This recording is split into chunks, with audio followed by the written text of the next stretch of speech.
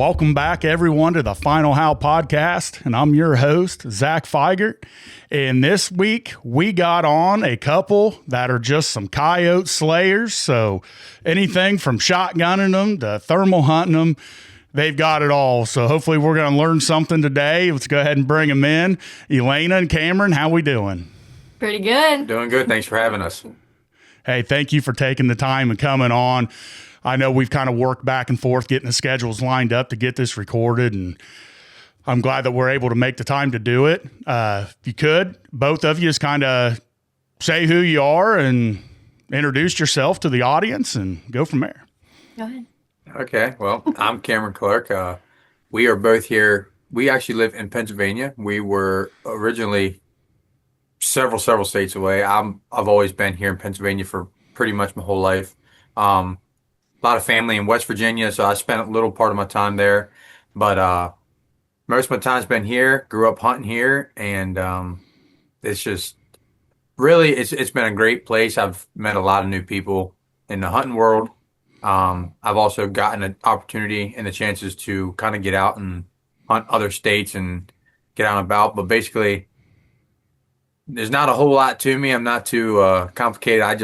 I work out, and I hunt, and that's pretty much all I do. So you pretty much, if you don't find me at work, you're going to find me in the woods somewhere. You know what I mean? Whether I'm hunting or I'm scouting, that's pretty much all I do. So pretty simple. And I grew up in Oklahoma, actually. I was born in Pennsylvania, just like about an hour away from where we live right now. And when I was 2, my parents moved us to Oklahoma, and I grew up there 16 years. Did not hunt, did not shoot a gun. I didn't do really anything outside other than sports.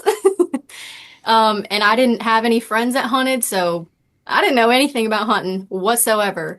And then when I graduated in 2018, I moved back up to Pennsylvania, lived with my grandparents, and then about a year and a half later met Cameron, and that's all I do now. So Well, I know from what I've seen on your guys' Instagram, that's something that kind of drew me to you guys a little bit. It seems like you guys hunt together all the time. yeah, that's all we do. Yeah, I'd say at least a good 85% of the time that I'm hunting, she's pretty much with me. I do hunt a little bit by myself here and there if she's doing something or whatever. But most of the time, yeah, we pretty much hunt together. And it's funny because our Instagram shows a good bit. We used to use Instagram years ago. It was more of just a social media aspect, just like everybody kind of used it. And then we had gotten off of social media for a long time. And we started hunting. That's kind of when she really got into it. And then we got back on the Instagram. And now our Instagram, as you've seen, is more of for hunting and just to kind of show, what we're doing. And which is basically all we do is what you see on there. But we don't get to actually show near as much because we just started it back up probably. Maybe It was within the year, right? Like probably within this year. We kind of just got our Instagrams back going and started posting more content. But so there's so much stuff that we don't get to show that, people don't see. But yeah, most of our time that we spend, man, is really together hunting. And we also take a lot of other people. I don't always get to show all that as well. Whether it's just not having many pictures or videos of it, the content, but that's something I enjoy more than anything now, more aside from myself, whether I'm the one pulling the trigger or whatever. I just kind of am always looking for the opportunities to get anybody and everyone and anyone in the woods, you know what I mean? Just kind of get to share a moment with them, whether they're killing something or not, or just experiencing their first hunt, whatever it is. That's what I do. That's what all my time consists of, is just thinking about the next hunt and who else can I get out here to enjoy this and let them experience what I've got to experience as a tiny boy, since I was probably 5 years old. I've been I've been hunting. So And getting to see other people's reaction to like their firsts is it's incredible. I can only imagine how he felt seeing all my firsts and getting me into hunting. Now I get to experience that with our friends and people that we know, and it's crazy. yeah, Yeah, there's no better feeling. That I know that's where I am, my stage in life or hunting career, however you want to look at it, is like this spring taking my nephew out for his first turkey and to be there to watch his reaction just when they're coming in, spitting and drumming. Like I made him he wanted to do it on the ground. He didn't want to hunt out of a blind, which to me, however anybody wants to do it, I'm not. As long as it's legal, I don't care. But boy, there's nothing better when your back's against a tree with him, right? And to see his experience with that and his first deer last year, and it's an awesome feeling. It really is to get somebody in it. So what was it that kind of brought? Because you shotgun coyotes, you're thermal hunting coyotes. If you would, Elayna, is that what kind of was that your first experience with him? Was coyote hunting, or what was kind of your first step into it? Deer, turkey, what was it? So it was actually deer. We got together in April, so there wasn't really at the time we weren't shotgunning coyotes. So there wasn't really a hunting season open in April in PA. So he's shooting a bow, and I'm like, I've never seen one of these before. What in the world? I want one. And that just led to me being like, yeah, I want to hunt. Like, I want a deer hunt. He's like, well, you've never shot a deer before and you've never shot a bow. So, never took a hunter safety course. Like I'm thinking, oh my gosh, we yeah, got some work to do. So he got me a crossbow, did my hunter safety course, got my hunting license, and went out. Our season starts in October, our archery season. And I shot my first deer and I gave him the crossbow and I'm like, I want a compound. And he went and got me a compound bow right after that. And I still shoot that bow to this day and I love it. And then uh, we did like a little bit of fox hunting. We used red lights and little 17 HMRs. And he got me my first fox. So I'm like, oh my gosh, this is awesome. And then we started getting into thermals and shotgunning them. What you've tried shotgunning them for a few years. yeah. I guess we really started killing them in the last like 3 years. Going really hard So for this would be our fourth season now of really killing stuff with shotguns. But prior to that, I tried. I mean, I say I tried, but I really had no idea what I was doing, right? And we all know Tori Cook with MFK, and I'm talking. I was in high school watching his stuff, getting diaphragm. diaphragm, yeah, and I'm like, I'm gonna be that guy, you know. So I was buying diaphragms, choking on them. I couldn't make a sound.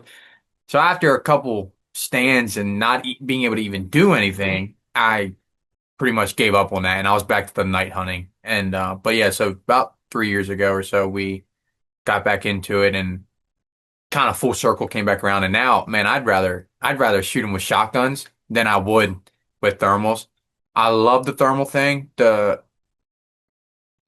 Not to take anything away from the animal or the hunting at all, but night hunting is much easier than it is in the daytime. For the coyotes, for sure. It is a whole nother world. You know, like you think you are a great coyote hunter when you're hunting nighttime, and you may be a very good coyote hunter, but it's similar. There's similarities in a way because a coyote's still a coyote. A coyote is a coyote, you know what I mean, no matter what. But you take what you know at nighttime, where you can go out and stand in the absolute dead center of a field, right in the middle of a field, standing up, moving around, you know, and you can get away with all that Talking. stuff. Yeah, all sorts of stuff and get away with it. Where you go into the daytime world, you really start to learn certain things like your stand location is way more important in the daytime because coyote may not be so willing to come across that wide open field every time. Or, these coyotes are, 600, 700 yards they might not come that far right now in the middle of the day. So like your distance is important. Yeah. So, and if they're creeping through the woods, you might not see them, if they're beyond 50, 60 yards at this time of the year. So the daytime thing really tests your grit and your patience and everything really. But once you start to, figure it out a little bit, you me So anyway, worth it. you'll be hooked. I mean, the shotgun world, you'll be hooked. Because I'm a bow hunter at heart. That's where it started. So anything close, like I want them in my back pocket, when I'm shooting at them. So that's my personal take on it. I'll take a shotgun any day for sure. Yeah, we like them literally running us over. Oh, there's Self-defense. no, yeah. Well, this winter I kind of went back and uh, we had a full moon. We had a bunch of snow this year, and I always talk on here about, man, growing up as a kid, before we even had lights or anything. When we would go out at night, man, if you had a full moon with snow on the ground, it's like daytime, you can Hmm. see. And talked about shotgunning them all the time. And Brandon hunts with me all the time, telling him. And man, we had that going on. And I was sitting out here and I'm like, you know what? I'm just going to leave the thermals at home and I'm going to take that. And, I shot him at four or five steps. I mean, right there in your face. You could hear the snow crunch. He came in like, I mean, just right there. And I haven't had an adrenaline rush like that coyote hunting That's crazy. really since I started thermal hunting, when I kind of got heavy into that. And it was like, Yeah. hey, there's just nothing better. There just really isn't when you're getting up. Because I'm like you, bow hunter Yeah. and all that. I like that. Oh, Hmm. that feeling of it, getting close and Yeah, really it's tricking the it's the animal. chase actually. I was just talking about that yesterday. It's something about that chase. And it's not always about winning every single time. And what everyone considers a successful hunt. Most people are, what you leave with and what you're coming home with. So, but it's not always about that. It's more so about, to me, it's about the amount of work and the time that, a lot of people don't see that No. gets put in. But Well, that's a lost art in today's world. Like I yeah, like the woodsmanship skills yes, exactly. of fine, because I think that's what you were talking to earlier there, going from nighttime to day. Because I Yeah, think with a lot of people that are just getting into coyote hunting in the last, let's say, 5 years, I feel is when it's really boomed I everywhere. agree. Yes. Yep. And guys went straight into that night hunting with thermals. And it is easier, especially if you're in an area that's low pressured. It's so much easier because they're losing a lot of their senses at night, right? And then guys see guys go like Jeff Nimnick or Tori Cook and those guys going out during the day, and man, they get their butts handed to them, and it's like, well, it's like, yeah, because there's a woodsmanship skill, there's a hunting skill there that goes into that. You're hunting in, I feel like, Midwestern Pennsylvania area, like that's kind of the top predator, right? Like a Yep. coyote, bobcat, that's your main predator, and you're gonna out predator the predator, like. Hmm. Exactly. And Yeah. That's something really cool too. Something about taking that apex predator in our area and trying to outsmart him and fully convince him in his house, right? To you come here, kind of like turkey hunting. I tell people shotgunning coyotes is a lot like turkey hunting. The way I turkey hunt, We're like reversing. yeah, because I don't, for one, a coyote, a dead coyote is a good coyote to me. So I'll kill a coyote whether he's mouthy, whether he's quiet, I don't care if he's at 10 yards or 200 yards. I'm okay with killing him, right? But if I have it my way, I want him howling. I want him screaming. I want him aggressive, I want that. right. I want a turkey gobbling his head off on the roost. I want him just like everybody. I want him to pitch down and I want him coming in strutting.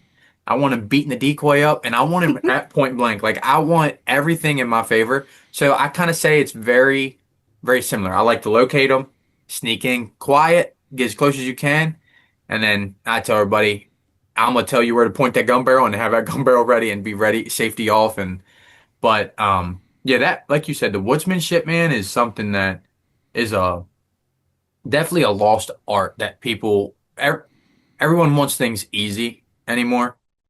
Um, And if it's not easy, and if it's, if they're not killing them and it's not real easy, it's not fun to nobody no more.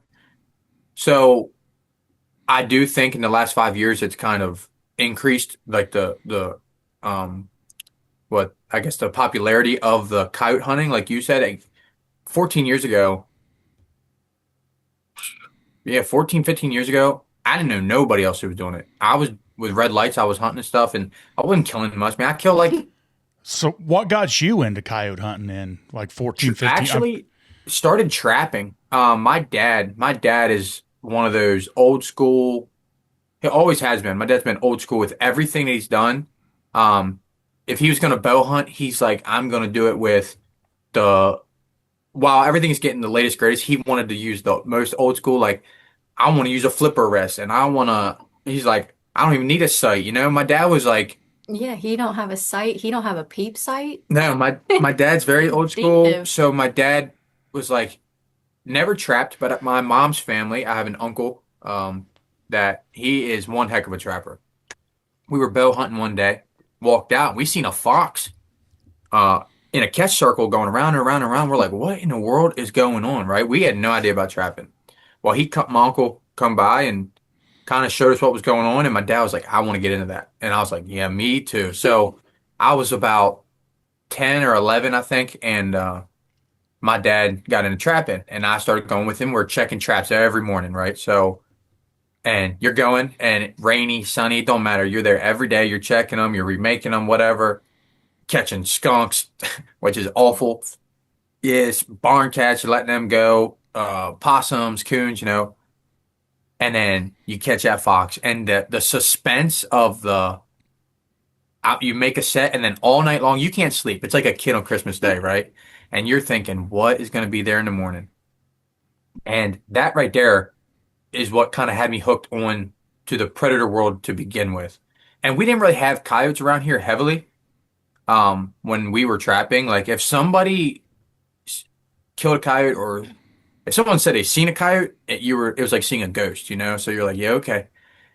If someone killed a coyote, they dang near might as well been on the news or in the It got paper around here. like crazy. The pictures Yeah. getting sent around to And multiple people. then my dad was like, man, he's like, that was kind of my introduction to the predators, just fox, coyotes in general. And my dad was like, we can hunt them too. And I'm like, how? Because like when we're deer hunting, we'd see fox, red fox run through the woods.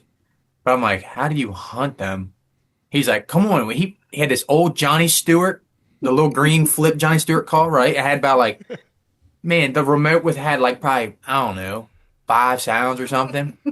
And it consisted of like a jackrabbit, a cottontail, coyote howls, and a pup fight, and a fawn distress or something like that. And my dad's like, you just hit that cottontail thing every time. And we'd go out there and daytime, nighttime, it didn't matter, man. We'd be out with shotguns and just cottontail. Be playing for like 30 minutes. And then we're like, well, we leave.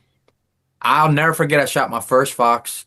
I was 11 or 12. I shot my first fox. It was Christmas Eve. This was daytime. It was like right in smack dab, about lunchtime, middle of the day. And we're sitting in an open horse pasture.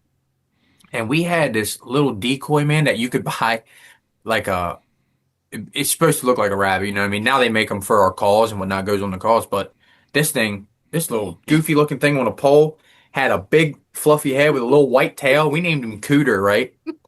And we sat Cooter out in the field. And that sucker's flipping around, the call's going. And I remember my dad left me. I had a little single shot 20 gauge. And my dad walked like 40 yards down through this pasture and sat up. And I think back about it now, I can't believe we even killed anything, because the woods where everything's coming from is back here, right? We are facing the wrong way. We didn't care about the wind, nothing. Like, I think back about it all the time, but I look back behind me and here come a fox running, seen the decoy, and it was locked on. And once it got about 30 yards, I pulled the trigger and I killed that thing. And I thought, oh my gosh. Like that was my first time calling any animal in. Like, I didn't know you could really understand you could call them in like that. And from there, man, it was like I still liked trapping with my dad, but I was like, I want to hunt them. You know what I mean? Like, that's what I want to do. So my dad ended up buying me a 17 HMR after years of shotgun hunting at nighttime and seeing red eyes, man. You know, you're holding the light and you're 70, 80, 90 yards sitting there and we can't shoot them. I'm like, what the heck? So he bought me a little 17 HMR, a bipod that I could sit down on the ground with a bipod, and a red light for my scope. Man, I thought I was so high tech when I got that light on my that could mount that I didn't have to hold and the bipod because I tell people, all my buddies who go with me now, they're spoiled. This girl right here, she pretty spoiled too. She did hunt with the red lights and Yep. she even got to see the Johnny Stewart call Yep. before I even started buying anything else, any other And calls. we used to use Cooter. I used to put him out there in the Yeah. fields, put him up a little bit and click him on, and he would go, he'd Yeah. flap like this. I'm like, what is that doing? She did get to see some of that stuff, but not for long. So she's a little spoiled, but all my buddies, spoiled rotten, man. They don't even know it. Like Mm. we got super expensive rigs, right? Thermals, hand scanners, tripods, like you name it, you know, like they have everything We're in like, their advantage. When I started and I first got the rifle and I was hunting a month, I'm like, I did shotguns, then a 17, and I had a single shooting stick that and a light in my hand, and I'm trying to balance the gun on the shooting stick, and it's doing one of these numbers, you know, and I'm like, oh God, and if the light's not dead in line, you can't see the eyes. Or my dad's with me, he's standing above me shining the light. I'm like, I can't see anything because I'm not in line with the light. But when I got that light on the scope, oh man, I killed like 11 fox that season, and I thought I was the greatest thing, you know, since sliced bread. When I was like, you know, my buddies, I'll never forget. I have a buddy named Wyatt, man, that I grew up with, and um, kind of got him into the bow hunting world and the predator hunting world, and he's been hooked since. But I told him that one year, I said, man, I killed 11. I said, we're never going to beat that. And we hunted for years and we couldn't beat that, right? I'm like, now I look back now and I'm like, Kill no. 11 in the night. Yeah, now we do the same stuff, but because of the equipment, man, and just it's crazy where it's all came from. But yeah, that's kind of what got me into it was the start off trapping, a little bit of red fox hunting with red lights. And I killed my first coyote ever while fox hunting. My dad, funny enough, my dad had only ever killed one fox out of all the years we hunted. He got me into it, you know, and then he kind of kept on going with his trapping, and I kind of kept on going with the hunting. I trapped a lot of fox when I was younger too, but I stopped after a while because of the hunting, and he just stopped hunting them. Well, I thought about it. He never killed a fox at nighttime, shot him in the daytime. I said, Dad, come with me. It was that year I killed like 11, right? I was like, I'm good, Dad. Come with me, you know? He's like, all right, you know, he went with me. We had this field behind our house, and I called this fox in right over that Johnny Stewart call. I mean, and he shot it with his 12 gauge. And he skunned it out, and that was another thing. He taught me how to skin, and I kind of really grew an appreciation and a love for the everything from the chasing and the hunting to what comes after. That's when the work starts, you know, and I skun everything, and he skunned this fox out, and I said, Dad, come on, go with me down to this property that I only had a few properties. Said, let's go down hunting here, right? And I was like a junior in high school, I think. And he said, no, you know, I don't feel good. I'm just gonna stay home. Go ahead. So I went hunting, and I'm sitting out there in my 17 HMR, right? My bipod and shotgun over my lap. Got my little remote, and I'm playing it. And I wasn't hunting for but for 5 minutes. And I look over to my right with this little light, and there's eyeballs like 30 yards to my right. And I was like, oh no, just standing there looking at me. And I thought, I'm busted, right? Fox on, it see me. That son of a gun kept coming. And the eyes shining so bright, which that's another thing. A lot of people don't even know what it is to hunt with lights because they either start right in the night vision or they go right in the thermals or whatever. And that's something that I'm doing this year again is I'm going to go back to hunting some red lights for fox and whatnot. And I want to show some people that have never done that. Like, this stuff is fun, man. Watching them eyes coming. But anyway, I seen these eyes, and I thought, yeah, I'm busted. And he coming in. When that thing turned broadside about 20 yards, I could see the body. And I knew what I was looking at was a coyote. I'm like, oh my gosh. But like I said back then, a coyote was more like a mythical creature. Like, it was not a real thing around here.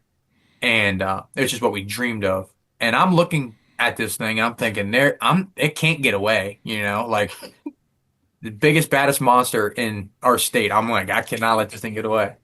And I'll never forget, like, for anybody who knows, especially people who run guns long enough or turkey hunting, you understand the body positioning with a gun. If you're a right-hander and you're sitting down, you can't swing to your right, right? So you gotta, if you think he's coming in over here, you better be facing probably this way so you can swing that whole left side. I know nothing about that. And this guy was standing over here, and I'm like, I'm doing one of these things, and I'm like, I can't move, right?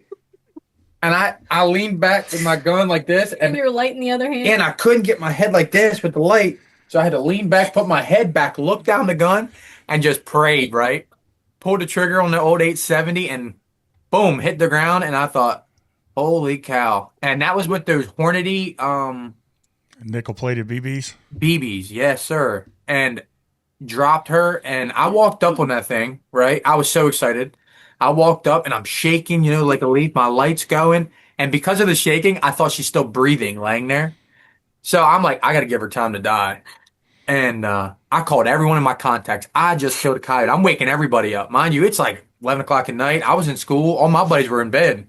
And they're like, what? I'm like, I killed a coyote. They're like, yeah, right. Beep, hang the phone up. I'm like, God. So I'm calling my dad. I'm like, Dad, don't hang the phone up. I'm scared. I don't even know what to do. I'm like, it's like a wolf to me. And I remember dragging that thing back to my truck thinking, man, carrying a gun in this hand, a gun or on my arm, a stool, calls, everything, man. Like I'm like, and dragging a coyote, and I'm dragging it by the front leg. And I'll never forget, I'm nervous, I'm by myself. I'm dragging this thing, and I stopped to like regrip, and its head swung up and hit my back of my leg. And I thought it got me. Man, I dropped that thing and run straight to my truck, all in my truck, called my dad and said, it tried to bite me. And he's like, no, it didn't. Like, I got the courage to get it back, took it to my dad, and I felt like when I pulled in there, I have my little sister. I have a younger sister who grew up hunting and stuff with us as well. Her and my dad are waiting at the shop for me, man. I felt like a celebrity pulling in. And ever since then, I was like, I love shooting the fox. It's great. I don't shoot near as many as I used to. Now it's more so for people who have chickens or ducks or whatever, and people are like, I need them gone. Otherwise, I pretty much tell landowners, I'm like, look, I won't even mess with your fox. If you want your fox, let me hunt the coyotes, and most of them are okay with that, And ever since that day, I was like, that's what I want, coyotes. And so that's kind of what got me set on coyotes. And ever since then, man, it's been just, head over heels for it. So. And it was pretty rough at first when, when we went Oof. strictly just coyotes. Oh my gosh. We Yeah. went how many stands? Well, I killed that first coyote, and it was years before I ever seen another one. Yeah. Heard them, nothing. Like You don't even see it like he has a lot of people tell him, "Oh, I saw a coyote when I was deer hunting." No, not us. I mean, and we deer hunt a lot. yeah, We don't ever see coyotes ever. You don't see them hit on the road. Maybe every once in a while, but we we have a lot of fox, like a lot here. Same with Maryland too. man, It's we pretty got bad. we got fox like we got field mice. Like I'm telling you, we talk to bad. people from other states, and they don't got fox. A lot of guys, and they're like, "You got a lot of fox." They come here to shoot reds because Yeah, and I'm like, they love them I'm so telling much. you, I could probably kill 5 or 6 every night with no call, just going from my Reaching your fields, mouth. walk out into my fields, and get into a good place where I can see well and kill a fox. Like they're just everywhere, man. I've called in. Yeah, I've had see, 6 that's before. nuts. Like 6 fox surrounding us, coming to a call at one time. I'm like, where do I turn? Yeah, it's. I don't want to say it's not fun or that it's too easy because they still smell and they're a predator, but it's nothing like coyote hunting. It's just not the same. It's really not the same at all. But When we first switched to like just coyotes, because it's 24/7, 365 here. yeah, We used to go out for an entire hour or longer and just call. yeah. I had a man kind of trying to show me the ropes a little bit on how to really like this is how you coyote hunt. Like not like it's not fox hunting, and it's really not, man. Like It's completely we different. have people around here trying to get into it, and they've done some fox hunting, and that's just all they know, right? Just like I did, and that's how they're hunting coyotes too, same way. And they're not they can't understand why they're only killing fox, They're not killing coyotes.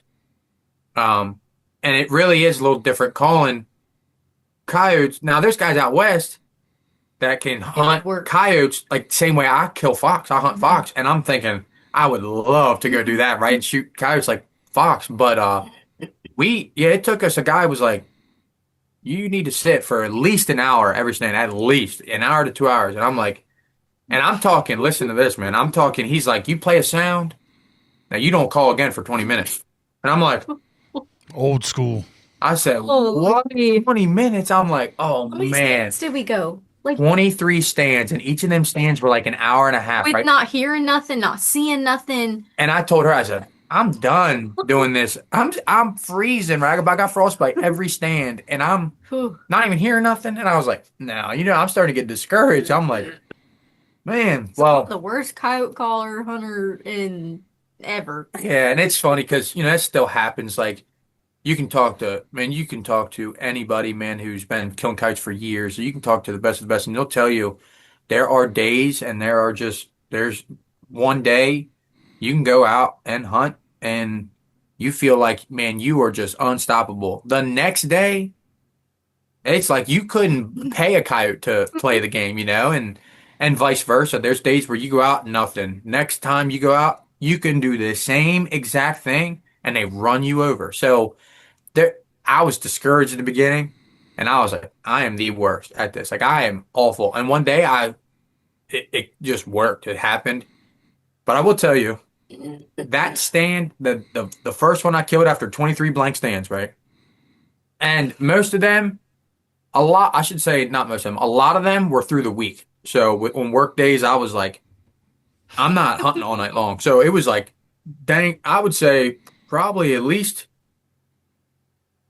close to probably 15 days worth of hunting, which was 23 stands, right? And of nothing. And that one day it clicked, and all I did, it was just one of those, like, I don't want to say beginner's luck, but like one of those simple, I didn't hardly have to do nothing. They kind of did it themselves. And it was like 5 minutes and we were out of there. And I was like, I'm not sitting. I don't even need. If I don't gotta sit for an hour, I'm not doing it. So since then, since that first coyote, I said I'm not doing that no more. And now I'm more of a run and gun, and it's kind of ruined me a little bit. It's kind of made me impatient because Like to just 30. sit, be like, okay, I gotta sit here, like for Yeah. turkey hunting. Oh man, dude, like Well, that's how I am. I've always taken that, like talking with Jeff and stuff in the past. Like it's a number game, right? And I'm the type to where I deer hunt enough October, November, December, sitting making all day sits, and I don't deer hunt turkeys, and I don't deer hunt coyotes. me neither. Mm-mm. Like turkey hunting, if I 20 minutes, 30 minutes, even turkey hunt, if nothing's gobbling, I'm up moving. Like I'm going to find them. Yeah, Mm-hmm. Coyote hunting, same thing. Like after 10 minutes, if it's one of those nights, nothing's talking, nothing's howling or whatever, and you've made a couple howls, played rabbit for 2 or 3 minutes, pup stress 2 or 3 minutes. I've seen nothing. After 10 minutes, I'm like, okay, like I'm ready to go. I'm ready to pack it up because Yeah. in my head, it's always been like, hey, if I can make 25 stands tonight, Yeah. the odds of me killing 6, 8, 10 coyotes is a lot better than staying in one spot for 40 minutes, an hour. Because Yep. it's always kind of like that theory of like, well, is the coyote really out there? And then because I don't believe that they just sit out there for an hour and then go, I'm going to go check it out. I believe it's more or less that coyote was just moving and he just so happened to get within earshot of your call. Yeah, That's kind of always been my theory on it. It's like, yeah. I believe if they hear, if they're coming, they're coming. If they're not, they're not. I don't think they just lay out there for an hour, which, I mean, I make myself a liar because I have seen that, but they're just not coming though. They're not just gonna Yeah, that's lay not, there for an hour, then decide to come. that's kind of like a gamble thing where, like, I feel like the odds, like you're saying, I feel like the likelihood of a coyote just laying out there for an hour and then thinking, all right, I mean, because how many sounds, everybody calls different, but how many sounds could you play? And now I have done it where I've gone through, just like you see Jeff Nimick do it, you see Rick Paulette, you see these guys know there's coyotes out there. and they'll go from different within 2-3 minutes. They're in another puppy yeah. stretch, and they're just going through them, and all of a sudden that dog breaks.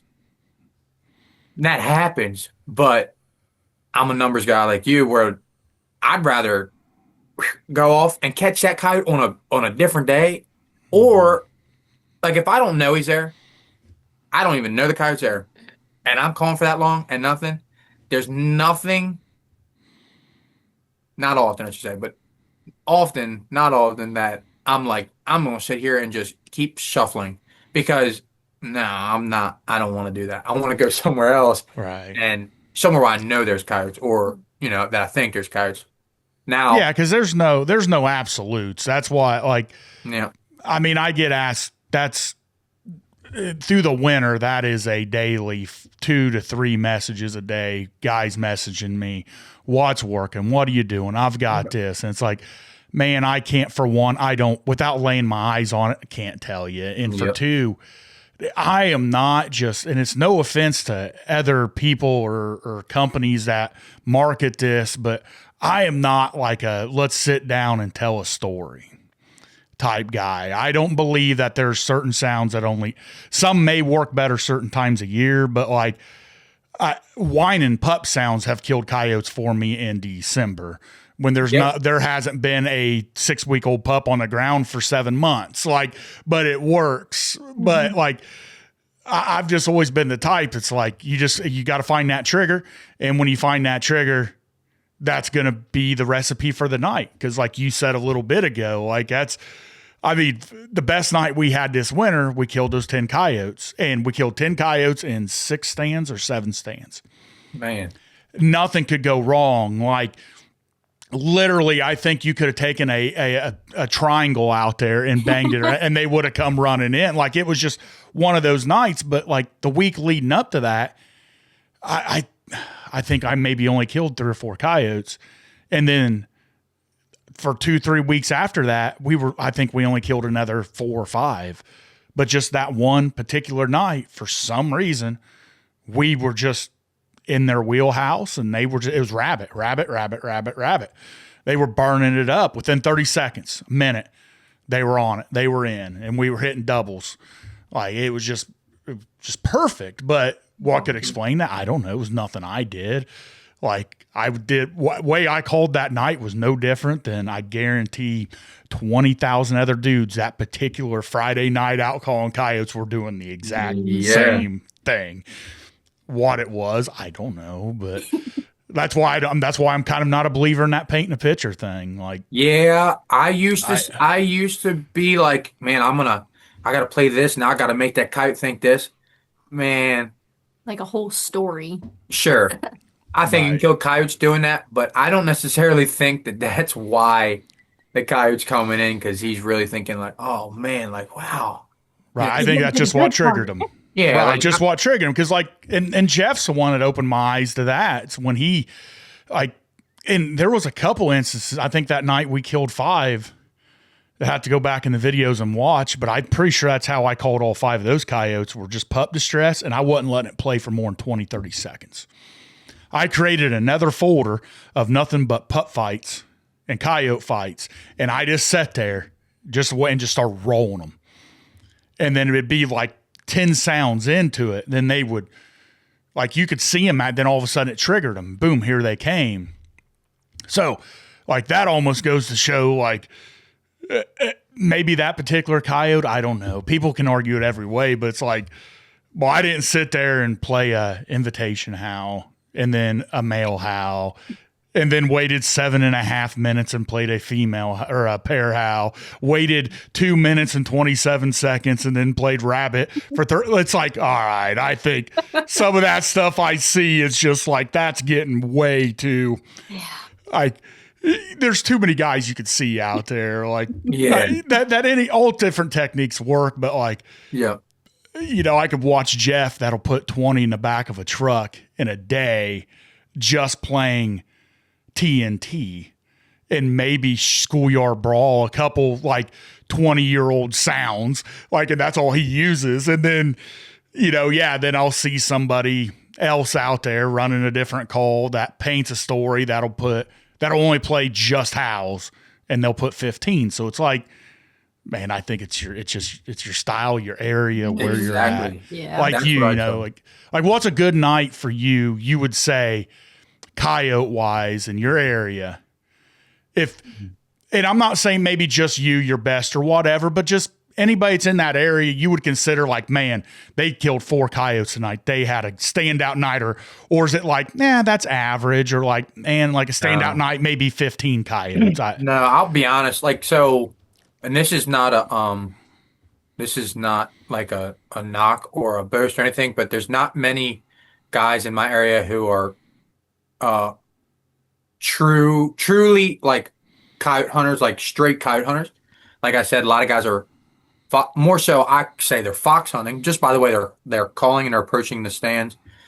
And obviously, if a coyote comes, they're not going to let it go. They're going to kill it. But there are a few guys who do specifically will say like, you know, I'm going to go out coyote hunting. I'm going to go try to kill some coyotes. And they would probably tell you the same in our area. Truly, if you can kill 1 coyote a night around here, you are. Was a successful night, man. 1 coyote a night, and even if that was 20 stands, that sounds crazy because it's very common to hunt. You could go months here and not hear or see a coyote. Not that they're not here, but we have a lot of pressure in Pennsylvania. In general, So are you hunting more big woods, or like it like where about in because Pennsylvania's pretty diverse, right? Like certain areas are like really big timber and not as much ag country, or we're more farmland. So we're flat. We're south central PA. We are pretty flat. Yeah, it's pretty flat. You got your rolling hills and stuff, and we have a few like big state parks and stuff that are what I call big mountains and stuff. But and that's kind of where we do our shotgunning in the summertime is a lot of the big woods.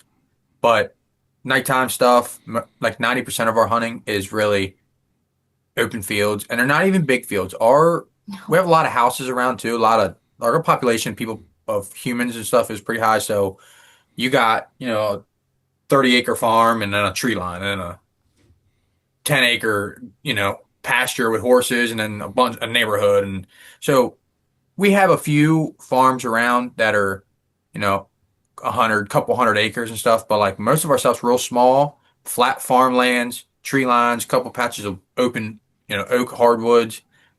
But I would say, man, really 1 coyote a night for somebody who's seriously like, I'm going after coyotes, and they're setting their mind to it's coyotes tonight. You kill a coyote when you go out intentionally around here, you're doing pretty good. You know what I mean? Like you're probably going to get noticed, honestly, by others pretty quickly just by that. And the word gets around from farmers because you go and you kill coyotes for farmers around here, and they're like, "Oh my gosh!" Like, did you hear we had coyotes here? Like they can't believe. And all of a sudden, Farmer Joe down the road's calling, "Hey, this farmer said that you're killing coyotes. Will you come out here?" And I'm like, "Yeah." So, and we don't have, we've gone out a lot of nights where we kill, I don't know, anywhere from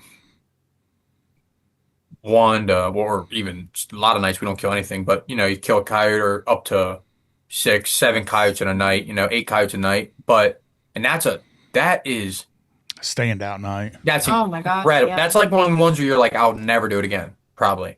Matter of fact, just to think about it, there was 2 hunts coming to mind right now, just from this winter. One was back in, I think, September. I was just towards the end of my shotgunning, and I found this group of coyotes, and this is on a private property that I hunt, and it was me and her and another buddy.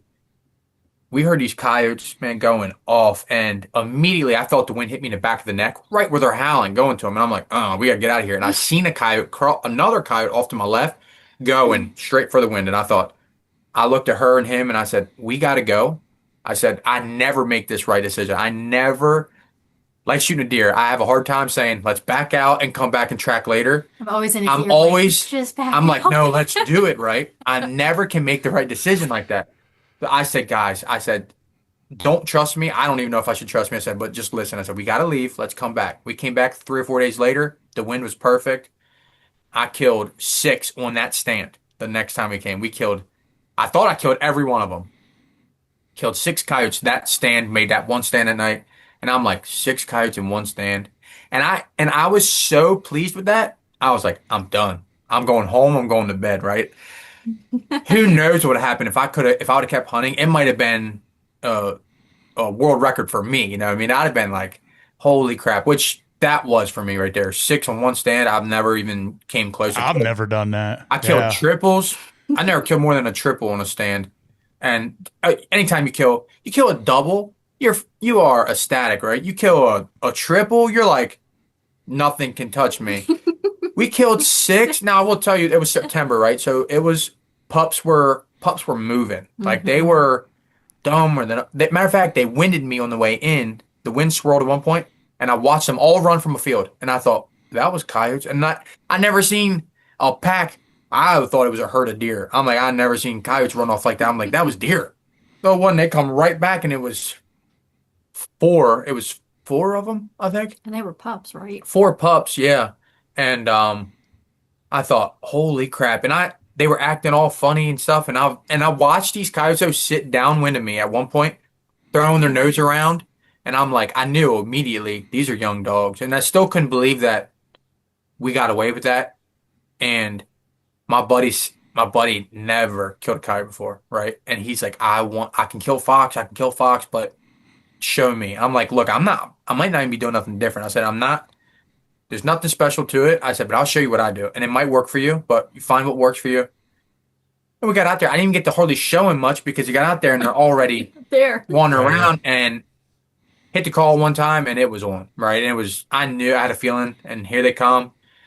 He sets up, boom, he shoots the first one. And I've never seen this before either. Actually, I don't even know if I've ever even seen this on video, the way they acted. The coyotes never even ran. None of them, the other ones.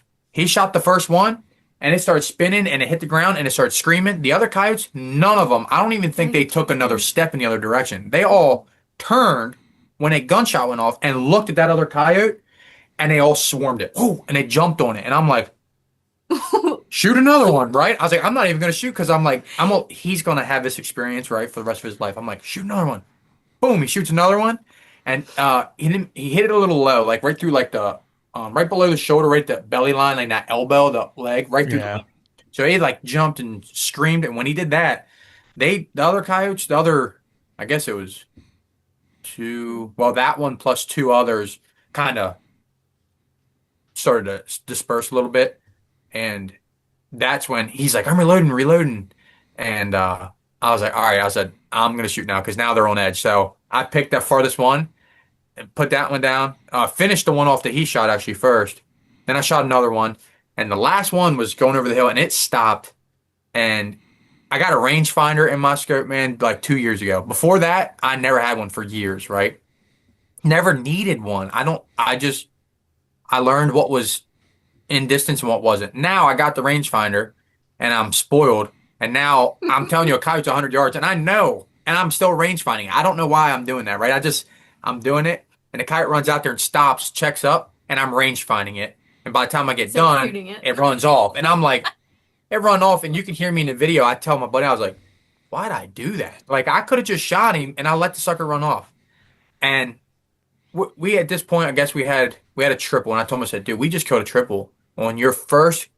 Well, I guess a couple nights prior, we were trying to hunt, but we left. So I was like, your first official coyote hunt, you got a triple, man. Like, I was like, I'm happy for you. I was like, I hope guess you probably didn't learn much because this ain't how it normally happens, you know?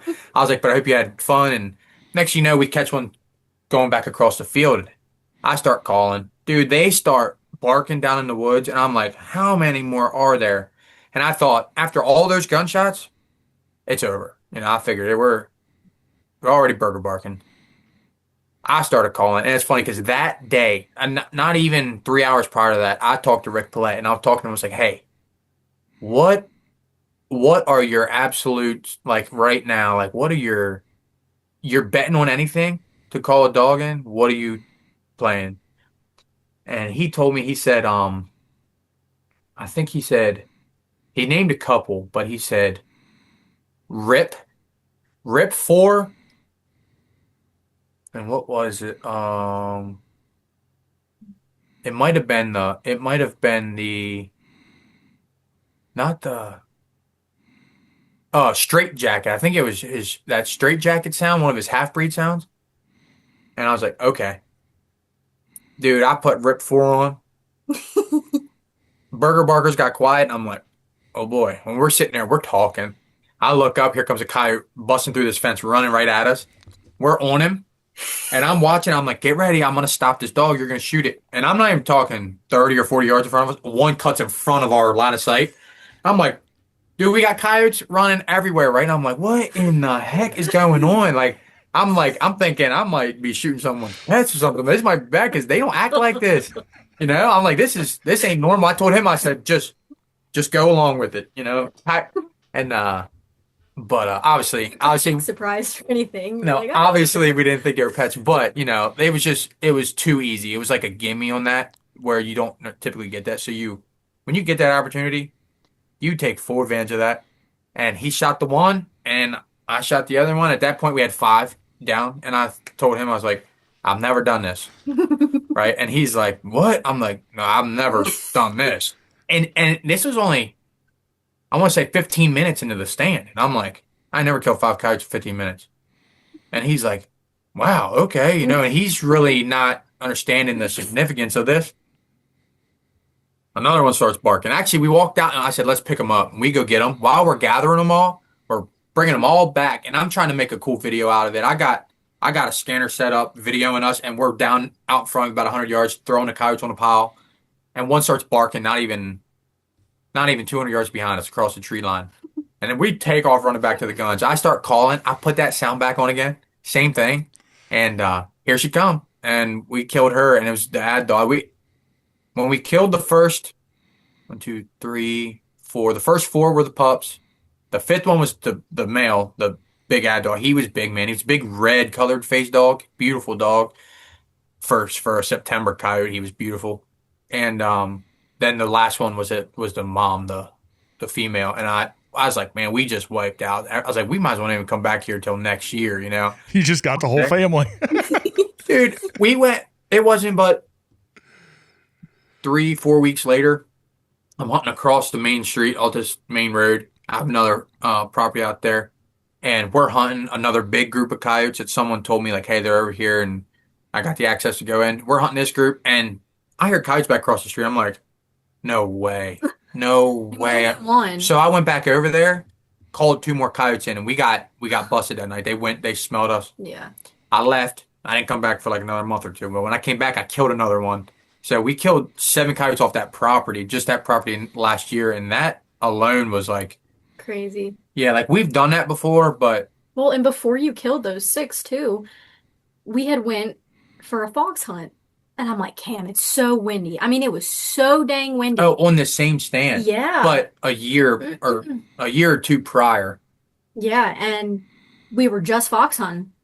And Yeah. I'm like, Cam, stuff was walking around in the woods, couldn't really tell what it was. And I'm like, Cam, I think there's coyotes walking in the woods here.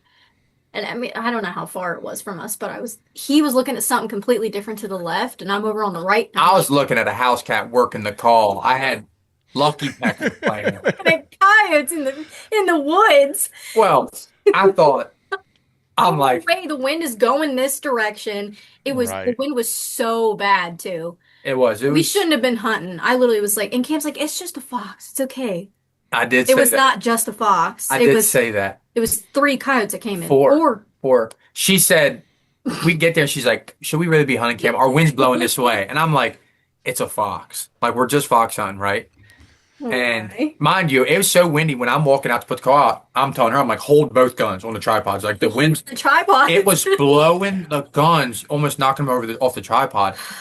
And I set the call up. The wind was awful. It was fast. It was like 40-mile-an-hour winds and like 60-mile-an-hour gusts. We should not have been out there. And the wind direction, like, I was like, we're just gonna kill a dumb fox. And I've got Lucky Pecker playing. She says, Cam, something's coming under that fence. And I look, I'm like, it's a cat, a house cat. And I always see cats here. So I'm like, all right, I'm watching. I don't know why. I'm zooming in. I'm videoing him. He's stalking the call. Lucky Pecker's blaring, right?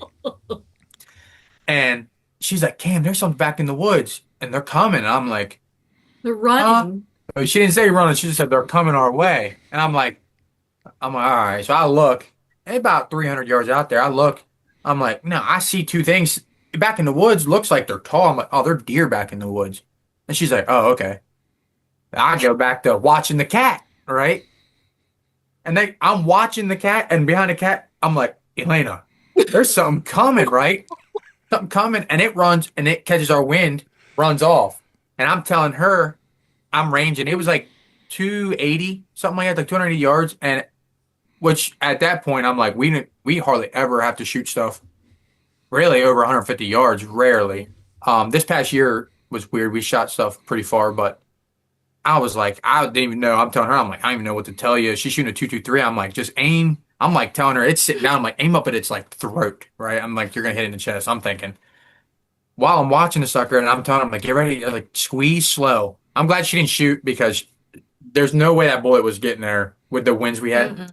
And while I'm watching it, another one comes shoot running by, and I'm like, whoa! And then another one, and I'm like, that's not Fox. And the whole time we're thinking Fox are out here. And I'm like, that's not The way they Fox. were moving too, and we both said at the same time, I'm like, these aren't fox. Yeah, they showed up when I switched to when he winded us and ran off. I switched to that shelter belt. That's my on the Lucky Duck sounds. Cottontail sound. Shelter belt is like for that generic, that typical Eastern Cottontail sound. To me, that shelter belt is my go-to. That's my love number it. one. And I switched to that, and that's when the other two showed up, and it actually checked up that other They dog. both pat on their butts. Yeah, and they sat down at like I think 210 yards straight downwind, and I told her, I said, "All right," I said, "You get on the right one, I got the left one." 40-mile-an-hour winds. We count down. I'm like, we are going to get our first double. It was actually going to be our first synced up double, is what we're thinking. Yeah, we never get to do that. We didn't touch either one of them, and I'm telling you, people say, "Oh, I don't do nothing at that distance." I'm telling you, you watch our videos, we're dead on them. Our guns were dead on. And both bullets drifted off them coyotes, and they took off. And I beat myself up so much. I was like, and Elayna, for people who don't know her, she loves to rub it in. She's the "I told you so," right? So she's like, "I told you we shouldn't be here," and I'm like, and I'm not having that, right? I'm like, you didn't tell me nothing, you know? I'm like, you didn't tell, and I'm thinking, God dang it. She all the time, like, you told me, she told me. And ever since then, I was like, I'm not making that mistake again. that was a rough one. Well, I mean, that's what I think is important for a lot of guys, man, because you see that all the time. You know, like you're saying, like you had a remarkable night there, right? And then, you know, hearing you guys talk about making 15, 20 stands, seeing nothing, then you do have a standout night. And, you know, for your area, you know, you saying like, man, 1 coyote, 2 coyotes, like you're consistently doing that. You're doing good. Yeah. Is, you know, I think a lot of, man, it's so new and it's so big now. A lot of guys getting into it, you know, they'll see guys in more coyote rich environment that are killing, watching Jeff's videos and watching him pile it up. And it's like, man, Western Nebraska, Arizona, Colorado, New Mexico, Kansas, that's a league of its own. They're like fleas out there, right? And then you start finding states with pockets in it.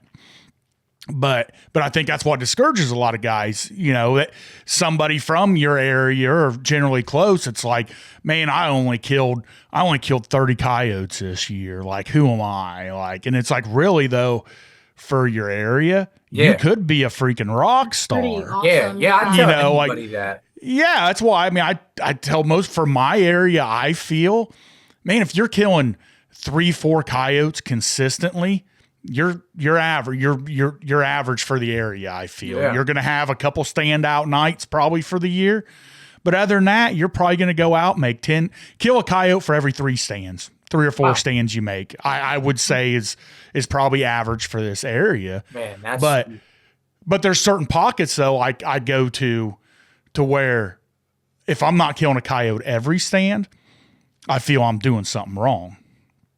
But I can go 40 miles south, and if I'm killing a coyote, 1 coyote for every, or seeing a coyote for every 6-7 stands, I feel that's good. but it's just Yeah. that it's in relation to it. And I think that's just something that's missed by Yeah. a lot of people looking at it, that discourages them. Like, yeah, because they might have, like your buddy, you took him out.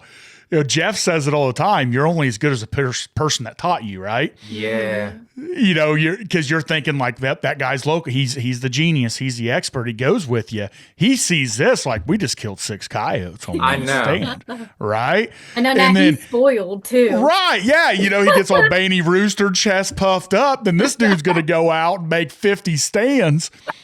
And you weren't able to show him, like you said, I didn't really get to teach him why I'm doing what I'm doing. It was just they were already there, right? You walked into a hornet's nest with other people. people. And then they get discouraged to where then I think that's where you start seeing guys just, what's the magic potion? What's this? What's that? And it's like, man, really, there isn't one, and you just might not have them in your area. I don't know. I think, and this is something I've been really harping on to guys a lot. Elayna's cousin, actually, she has a cousin that is now got into it. He's kind of done some fox hunting and stuff over the years, but he's really starting to get into the coyote hunting. And I took him a couple times.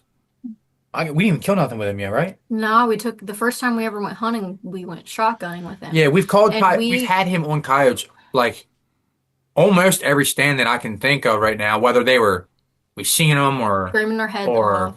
yes, or just close, man, but they just wouldn't commit, and just never got to pull the trigger. And I mean, just from that alone, he's like, I'm hooked, right? He bought thermals and all sorts of stuff. And now he's hunting and he's like talking to her and talking to me all the time. He's like, man, what? He's like, what should I do here? Do this. And I'm like, I'll tell you what I think to do. Like, this is probably your best case. Like, that I feel like if there's a coyote there, they probably are going to show up or they're not. That's just how it is. But I tell people all the time, like, I really don't know what to tell you, because when I get out there, I don't even know what I'm doing, right? I'm thinking I'm going to make it up as I go. I'm pushing buttons, right? I'm just praying that something works. But I harp on guys. I'm like, listen, I don't care what call you got. I don't care what gear you have. I don't care what sounds you're playing. Nothing. Like, stand location, at least around here. And I think it's probably the same worldwide. Kind of give a breakdown. I know it's hard to do without a map or, really showing, but like for your area, when you're going into a stand, kind of break that down. Like, you want that left to right wind, you putting that call out here 20 yards or like, like with me, I like to give them the wind for the call to where I think they are. So kind of like break that down. Yeah. So I've always been the guy, because of bow hunting, right? I'm always thinking, I want my wind in my face, deer coming from here. So that's kind of how I've always approached coyote hunting as well. Just because, like, I don't want them to smell me. That's 85% of the time how I set up. I want the wind. It doesn't necessarily have to be dead in my face, but I don't give them the wind much. And I don't put the call. I put the call probably 20 yards to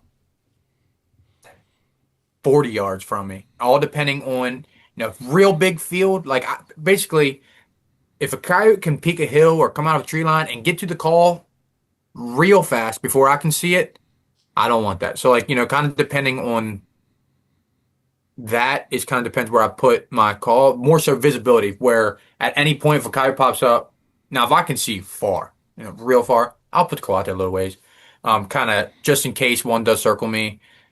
If he can kind of circle the call more so than me, and I had a lot of guys tell me when I was learning, give them that crosswind to the call, but you better be able to shoot that crosswind, because if you give them a wind to get to, they're probably more likely to come to that than if you have the wind in your face. Because if they want the wind and they can't get it, they might not come, or you might not see them. You give them that wind, you better be able to see it. And I learned that too. I've done that a lot. I've killed a lot of coyotes like that too. But I've ruined some stands doing that too, giving them that wind, and then either me just making a mistake or just being too slow and they get my wind. But typically, if I pull up to a stand, if I don't, first thing I use Onyx. So Onyx is my best friend, dude, forever. everything, not only property lines, but I'm looking at OnX thinking this is where I think the coyotes are going to be at. If I don't know that there's coyotes there, I'm looking, where do I think they are? Then I'm looking at the wind.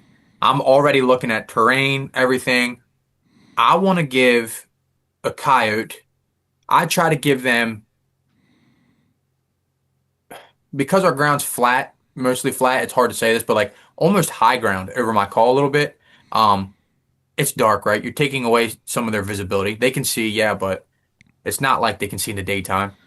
I like to give them higher ground where if they're looking down through a field a little bit down on my call, they feel more confident that hey, I can get up here and probably look and peek, but I want to be able to shoot. Everywhere I think that they're going to come, whether they're coming hard or they're sneaking, you need to be able to shoot them, right? Well, then after that, you got to think, obviously, you're thinking about where you're putting your call. You set your call up. You need to be thinking, if you're hunting with other people, what line of fire? A lot of people forget we got these cool tools and gadgets out here, and no one forgets about the safety part of it and who's shooting where. You know what I mean? That and coyote gets circling like this. I've had buddies start swinging, and I'm like, no, no, no, no, no, no, no, and I'm because you're not thinking you're following them, so you really got to play out kind of everything. But and then really, I typically start out with some kind of lone howl normally. Some just I don't ever think like, oh, it has to be a male, it has to be a female this time of year. I just have my favorite sounds that I prefer, right, or that I've had great responses off of. And like I said, I like a vocal coyote. So if I have something that I'm like, man, I get a lot of responses off these certain sounds, I'm typically going to play them. So I have your old school, your blondie longhouls on your Lucky Ducks. And like all I run is Rick Paulette stuff and anything that was basically on the Lucky Ducks. I don't have any like the Tony Tebby or the BFA sounds or anything like that. So it's your blondie, your sookies, your smoke howl is a pretty good one, but young blondie, Phew. perp howls, your psyche, real long, and something I learned from Tori Cook actually. You kind of like turkey shock gobble. Coyotes can kind of do the same thing with them long, drug out, loud. Like I'm talking high volume and something that's long. You can kind of make a coyote shock gobble, if you will, right? But how, obviously. And and so that psyche one, I believe it's three of them, something like that, right? I'm starting out with one of them. If something don't answer, I'm probably gonna play another one because I want to get them to answer. Because knowing where they are is half the battle, right? For me, anyway. If I can get them to talk, there's a way better chance that I'm going to kill them because now I already know where they're at, right? I know where to look. I know where can they come from. And like I was saying, stand location is so, so important. For me, sure, I've called coyotes in from a long ways out. But I'm more times than not, I'm more likely to call a coyote in if I'm right in his face, right? Because they're territorial, man. Like people talk about, you can scare a coyote, you can be too aggressive, but a coyote is a coyote. And if you are maybe you're playing some pup fights, but you're 500, 600 yards out, and that coyote around here, and that's a pretty long ways for a coyote to travel here, coming through this block of woods and this field and this block of woods and this cornfield and like person's backyard. yeah, so like it can be hard to pull a coyote 5, 6, 700 yards around here, but we do it, but you'd be playing pup fights or whatever, and that coyote's like, yeah, I'm not going over there though. But I closed the distance on them, right? And that's my biggest thing. Then, not that it's a secret, it's not like a secret that no one can tell. I tell everybody that you hear them. If they even sound, if you're thinking, man, they're far, if that's the first thing you think, move. That's me. Mm-hmm. I'm not going to sit there and try to call them. I'm going to move if I can, right? If I have permission, if the land allows me to, I'm cutting that distance in half at least, if I can. Like I'm going to move on them. I'm going to put pressure on them and I'm going to let them think, right? Like not necessarily painting a picture, but I want them hearing that coyote coming in. Now you find that trigger and you get that aggressive response out of them, right? Now a coyote is a coyote. You get to a certain distance and I believe any coyote, no matter if it's a run or not, an unfamiliar coyote, they're fighting all the time. I mean, They're gonna find pecking order, and that's an unfamiliar coyote to them. So typically locating them if I can, and I'm moving in immediately if I can, and then and then I might throw out another howl. I want to see if they moved, if they're still there, whatever. Then it's just your tip. We don't play many prey distresses. Truly, we really don't.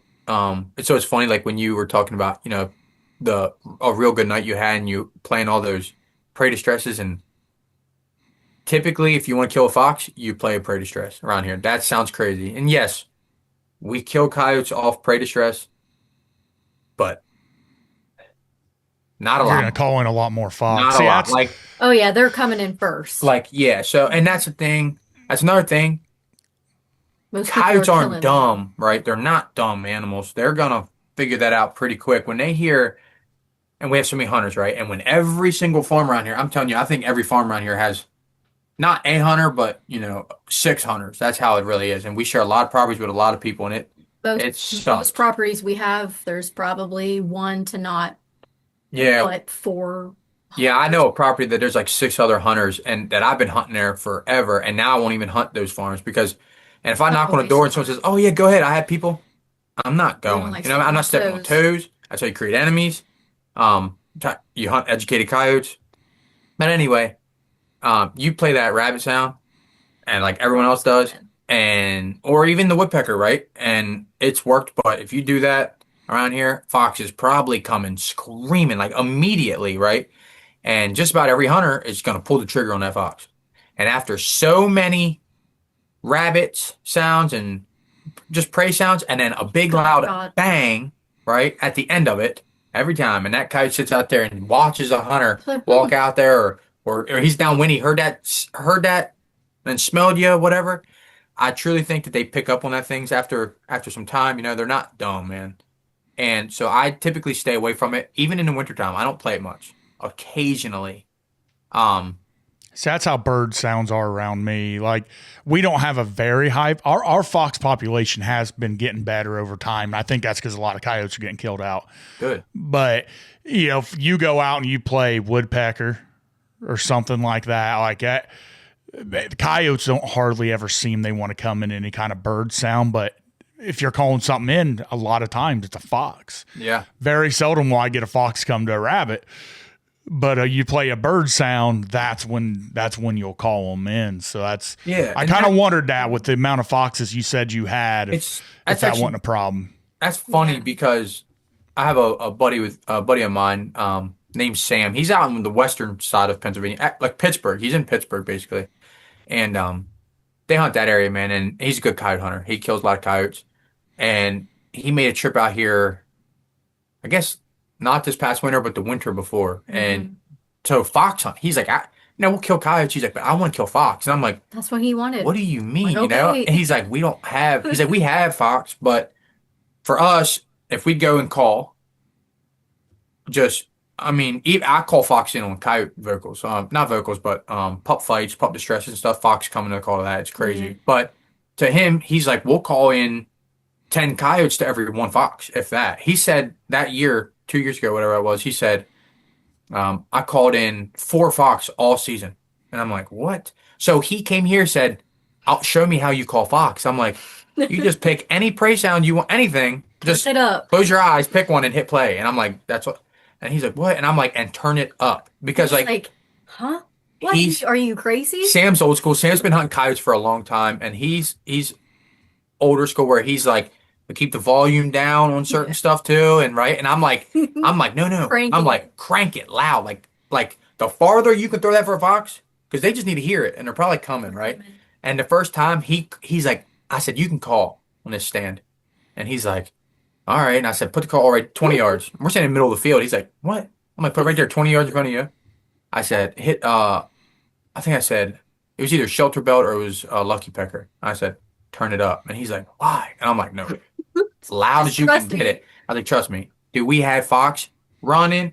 He shot one. He's like, this is crazy, right? And I said, switch the sound. He switches it something up. Here they come again, and he's like, what in the world? It was just like you couldn't reload fast enough, right? And he loves telling everybody. He's like, man, I hunted with Cam, and he's just telling me, play it loud. I'm like, I'm telling you, it's all it is. And he's literally only 4 hours from me, which sounds far, but he's still in Pennsylvania. And like when people think of PA, they think of Fox and Maryland too. But he's in a part of PA that is completely different, And They have grays, don't they? yeah, They they have have some grays. They have a lot of grays out there actually. And we apparently have grays, seem- but we don't really see them around here. Yeah, I've seen like 2 or 3 hit on the Hit road the road and that's it. in the last like 10 years. Other than that, Never called one in, never no. seen them. We have to go way north, like 3, 4 hours north, like all the way up to like the New York line, before we start. see them. That's when that's the only ground we have up far north, and we go up there and we kill a lot of grays up there. But yeah, man. When like, you play, you still play volume loud when you're calling coyotes too, then. oh yeah, Or is that just fine? Okay. yeah, Because oh, that's something I get. Man, like a lot of guys, that's like the top comment on the videos on YouTube's like, man, you play that so loud. Because I don't think my call ever goes below 28. Like Yeah. my volume's pretty much maxed out all. Like the only time it won't be is if we get set up and I scan out there and there's a coyote mousing at like 200 yards or something. Then I'll just flip on lip squeak at like, but it's still like 15 or 20, like, because there's been a lot of times I've seen them out there a couple 100 yards and flip on a lip squeak or something. And they not even, it's like, it's almost the higher you get it, the more it like makes them like perk up and look like, whoa, like I'm pretty much what's the that? same. I'm pretty much the same there as you as far as that concept for sure. Now, and I tell people, like I heard someone say this years ago, they're like, I heard about like, what volume? I'm like, as loud as you, like, especially like if I'm howling, loud as you can go, right? Like, I never heard a coyote. I'm not a coyote. I don't live with coyotes, but I never heard a coyote whisper, howl. Right. Like, I never be like, just real softly. Like, nah, I've never heard that. And when they're fighting, I don't think they care. Like, hey, let's keep it down here, Inside voices. I don't think so. Like, I'm pretty much, I like it. Now, if I'm in a field where like the sounds don't sound like it's carrying and I'm not hearing the echo stuff, it's loud. Now, if I hear it echoing and it's carrying far, I'll turn it down a couple notches, but nothing crazy. Like, but yeah, I like the volume and I've always thought the louder the better. I think that's what, like back 5, 6, 7 years ago, I think that's what made Lucky Duck so popular over the Fox Pro and them is, that original like Revolt. That I still think my original Revolt's louder than my Super Revolt. I swear to it. But, really? Oh yeah, because that thing, like, I mean, it would just flat get out there, and it's funny because it seems like most guys you talk to, how loud you play your call, the guys that are like, oh, I blare that thing up, 9 times out of 10, they're running a Lucky Duck. And it's not saying that one's better than the other. It's just kind of like that louder call generally goes to that person that likes to crank it up because, hey, I have never seen a coyote turn and run away from me when I've turned my call on. I've heard guys, you can blow their, and I won't lie. Like I've done this for 25 years, almost 30 years. And I mean, I've done where it's like, you play a sound, like start quiet and then go up or play, trying to, however, play it for a minute and a half, wait, and then play it again. Like I've done it all, I think. But the best I ever heard that explained is like, well, that probably comes from the old hand calling days. Like, because who in their right mind sat there and blew on a call? You ran out of air after 2 or 3 minutes. Like you just, you got to put that thing down, light up a marble red, like, like you just would run out of air. And I think that's where a lot of that kind of rolled over. And now it's more and more like, just let it play, man. Like I don't pause in between. Like I just go volume wide open. If they hear it, they do, they don't. I think those odds are a lot better than the other way. So how long have you been running Lucky Duck calls? 8 years. Okay. 7 since probably, I think, let's see, Billy got his first one from Rick and Les in, I think, 2018, 2017, 2018, somewhere in there. It's when we first switched to thermals is when I run the Lucky Duck. So Okay. yeah, 7, 8, or just 20. So That's what we 8 do years. too. Yeah. Yeah. I mean, and that's because before then I just had a little, what was those Fox Pro, whatever them were, the little bitty handled, what, I forget what the Patriot maybe or Yes. whatever it was called, that I'd be played Lightning Jack. That was like the only sound, like I'm like, Kim, this doesn't even really sound like a coyote. right. Like, I mean, whatever came on that thing, it didn't sound good. But I mean, we killed coyotes with it. Like, but there wasn't anybody that hunted them. Like, man, like that was something I was going to ask you. Like when you made the switch to thermal, Yeah. how much that opened your eyes? Because, man, I know for me, I've said it 1,000 times. Like when we went from lights, because I never messed with night vision. We pretty much went from just, red lights and then thermal. Yeah. So I hunted with some guys that had night vision, but I kind of just went straight to thermal. But I remember when we did that, and the coyotes were thicker then. I mean, that's when they used to bomb the call. Now they don't happen near as much, but they were just everywhere and scanning around, be like, holy crap. Then it's like, I wonder how many, like we might've been calling. I'm sure we were back then. Like those coyotes were just coming in behind us and seeing us or winding us way before we even saw them. Then with thermal, it was like, holy crap. Like that was just, and then happened to change because then you start learning more of like, we were daytime hunters, primarily. And then there's a difference on how you set up, in my opinion, at least for my area, day versus night. Oh yeah. Because even night, yes, you can get by with a lot, but that's when I started learning how these things use the terrain. Yeah. More to their advantage. I feel they use it more to their advantage at night than they do during the day, in my opinion. Because I think during the day, they can see a lot further. Yeah. So their eyes are working a lot better. So I don't think they rely on their nose as much. That's just kind of my theory, to where at night, they don't see as good. I mean, I've heard that argued either way, but I swear they don't see near as far at night. And so they rely on their nose more. So that's why I was interested, like when you were saying you like that wind in your face most all the time. Yeah. That's kind of how we used to set up a long time ago, or at night. And then I start messing around with that. And like, for me, man, I think I doubled the amount of coyotes I kill by hunting a crosswind to them. Like if I think the coyotes are in this block of woods here, I want to set up to where I can put that call to where the wind from the call is blowing towards that woods. Yeah.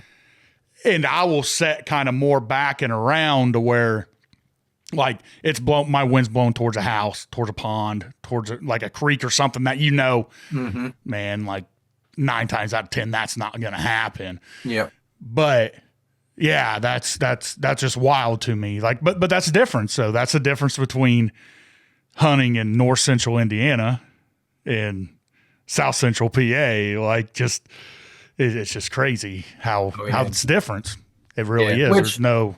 I do like the crosswind. Like if I have the crosswind, I'm hunting it. You know what I mean? But I should say, if I know where the dogs are at, if I know already, then like say before I even start calling, if I heard something, or I've hunted it prior, nights and heard them, or someone told me where they were. If I know where they are for a fact, I'm going to set up with the wind more in my favor than their favor. Just because, and I'm sure I've missed out a lot on like probably opportunities of calling coyotes in because of that. I guarantee you I have. But the way I look at it, if they don't come in, Rick Paulette taught me this years ago. If they don't smell you, you are still in the game. Mm-hmm.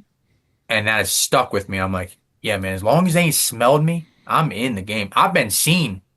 And I know they locked eyes with me at point blank distances and spooked for a second, but they might not know what in the heck they just seen. And I've called coyotes back in, But when they smell you, I ain't called one back in after straight up smelling me. So, well, I think that's where with me, when it started becoming more, because what made me start experimenting with that was about 3 years ago when we went from, man, it was nothing to see and kill 10, 15 coyotes a night. Like, yeah, that was just, they were everywhere, right?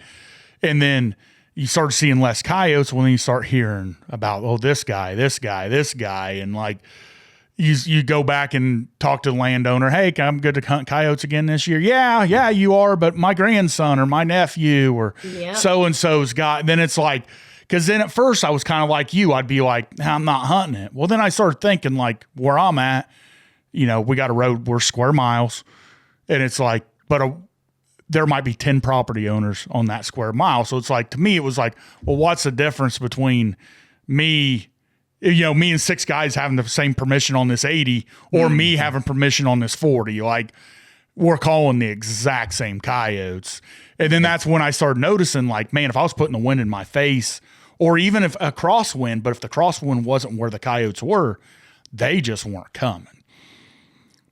So it's almost like they were using their nose so good, I had to figure out, like, I've got to fool them, because you could tell, like, they don't bomb in anymore. Yeah. The only time I get them to really charge the call like I used to is if I can play with them vocally, get them just fired up and play fights to where they don't care. But generally, man, they'll come running like hell until about 200 yards, and then they'll watch them check up, and they'll just instantly start going for that wind 100%. They'll get down, be using every little fence, every little dip in the hill. So then I had to start figuring that out. And then it was like, okay, to kill these more educated ones, at least in my area, like I've got to, like the call still might only be 20 yards from me, but it's just on where I stand. It's like, hey, this is the only stand that's going to work for this farm. There's no getting away. So unless I have a southeast wind, an 8-mile-an-hour southeast wind, I'm just not going to go in there. Yep. But that's how it's worked. But I don't know if that's right or wrong either. Like, yeah. Well, I really don't think there's a right or wrong. Now, if you're if you're hunting with the wind going right at coyotes, that's wrong, right? But other than that, I don't think there's a right or wrong, man. Like, I think what may work for you might not work for the guy right down the road. And that's why I tell everybody who goes to me, I'm like, look, I will show you, like, I will show you everything I do. I'm not one of them guys who are like, oh, I'm not going to tell you this, I'm not going to tell you that. I've never been one like that, because I wish I could have had more of a something to show you. Yeah, I mean, I kind of like the way I learned it, because it's made me. I'll put it this way: I had to put a lot of time and a lot of work in to learn what I know now. Where everybody that goes with me, I'm an open book, man. Like, I will show you what I'm doing. I will tell you why I'm doing it, and you'll learn it in 2 months. You'll learn what it took me 15 years to figure out, right? And it might not make sense to them, but I'm willing to just tell everybody everything. And you were saying about like the hard charging coyotes. We get them summertime shotgun hunting. We get them almost every one of them, right? Because I'm locating dogs, I am pinning them, and I am moving in when I get the wind right, and I want to be so close that I can hear their interactions before I even start calling. I'm trying to be so close that they cannot resist to come. So in that case, we almost got ran over this year. We went to Ohio with a buddy of ours, Galen, and we hit the terrain out there, man. It's like this, and we're like, gosh, I'm like, I wasn't ready for all this, and it was hot, man, and we hunted Friday evening, and we had coyotes talking but never showed. Think they smelled us. Then we hunted all day long Saturday. Nothing. And we were on coyotes, but could not get them to play. And we slept that night, and Galen actually stayed up, man, and he located like, I think like an hour and a half or something from his house, like a good ways from his house, and stayed somewhere else. He didn't even go back home. And he's like, well, I'm trying to get you guys I coyotes. felt bad. So Like, don't feel bad. we met him like 30 minutes from where we were staying the next morning. He's like, I found a bunch of coyotes. And man, it was like I was saying, one day you can do one thing and it just does not work. And the next day you do the same thing and it's like you can't do anything wrong. Like you couldn't fail if you wanted to, right? That Sunday morning, we hit the first stand that he heard coyotes and they got them rolling hills up there and them woods and she's saying, I think it's right here. And we're like, I think he's here. We're all looking and we're all three got different pins, like hundreds of yards apart. And It's like a gobbling turkey, man. he's like, no. He's like, trust me. He's like, I know where they're at. And sure enough, he did. We got on this dang logging road, man. Followed him up, got up there right in the middle of these coyotes, and called a big coyote in, a big female. Well, I think we called two in. She's seen the one, and Elayna shot this coyote That was at my first shotgun dog, actually.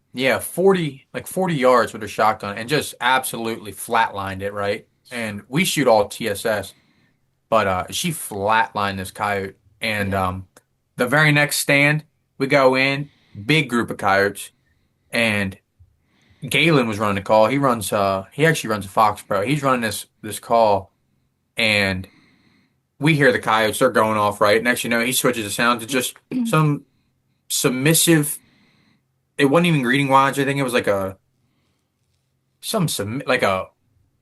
don't even know, just some like whine, some submissive sound, and you could hear them, man, coming like a freight train down this side of this mountain, this bank, Grunting and growling, oh my gosh. and I'm telling you, I tell people all the time, like I shot the first coyote. We had four of them in a line, and I shot the first one out of self-defense. I think if I wouldn't have shot it, I was getting ran over. You know, it would have been a bad day. And I shot the thing, and it rolled, man, right past me, and her and Galen cleaned up the rest of them, and I missed the other one. But the summertime, we get them hard charging, like those real aggressive coyotes. But what we've come to figure out, and it seems like it's everywhere too, but at least in my situation, I gotta be on them, and that's how I hunt them all year, though. Like I said, I don't care if it's summer or winter. I'm trying to be set up as close as I can possibly be, no matter what time of year it is, because I just feel like it increases your odds, right? That much. They don't have to travel far. They can come right here and peek, and you can kill them, right?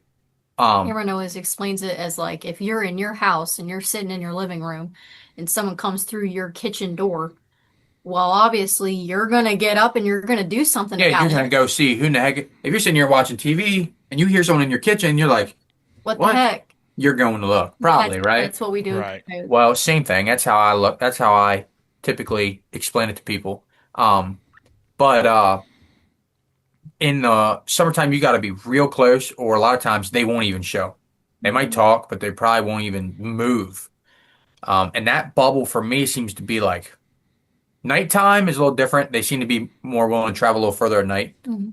It seems to be like under 300. Like you got to be 300 or under. Typically, like 200 is about as far as I like to be, if I can, right? If the ground allows me to. But daytime, man, I feel like I got to be under 200 for sure, or I'm wasting my time. I got to be 150, 100 yards if I can. If I can set a pin where I think they are, and I can sneak in there without being noisy, I'm gonna get as close as I physically can. And my calling sequences are real, like. Man, I have no rhyme or reason to why I play what I play, right? And I play the same, I'll find something that works and I play the same stuff year round too. Like you said earlier about, you play the wines and that kinds of stuff, the social stuff, and you kill them in the middle of winter. I do the same thing.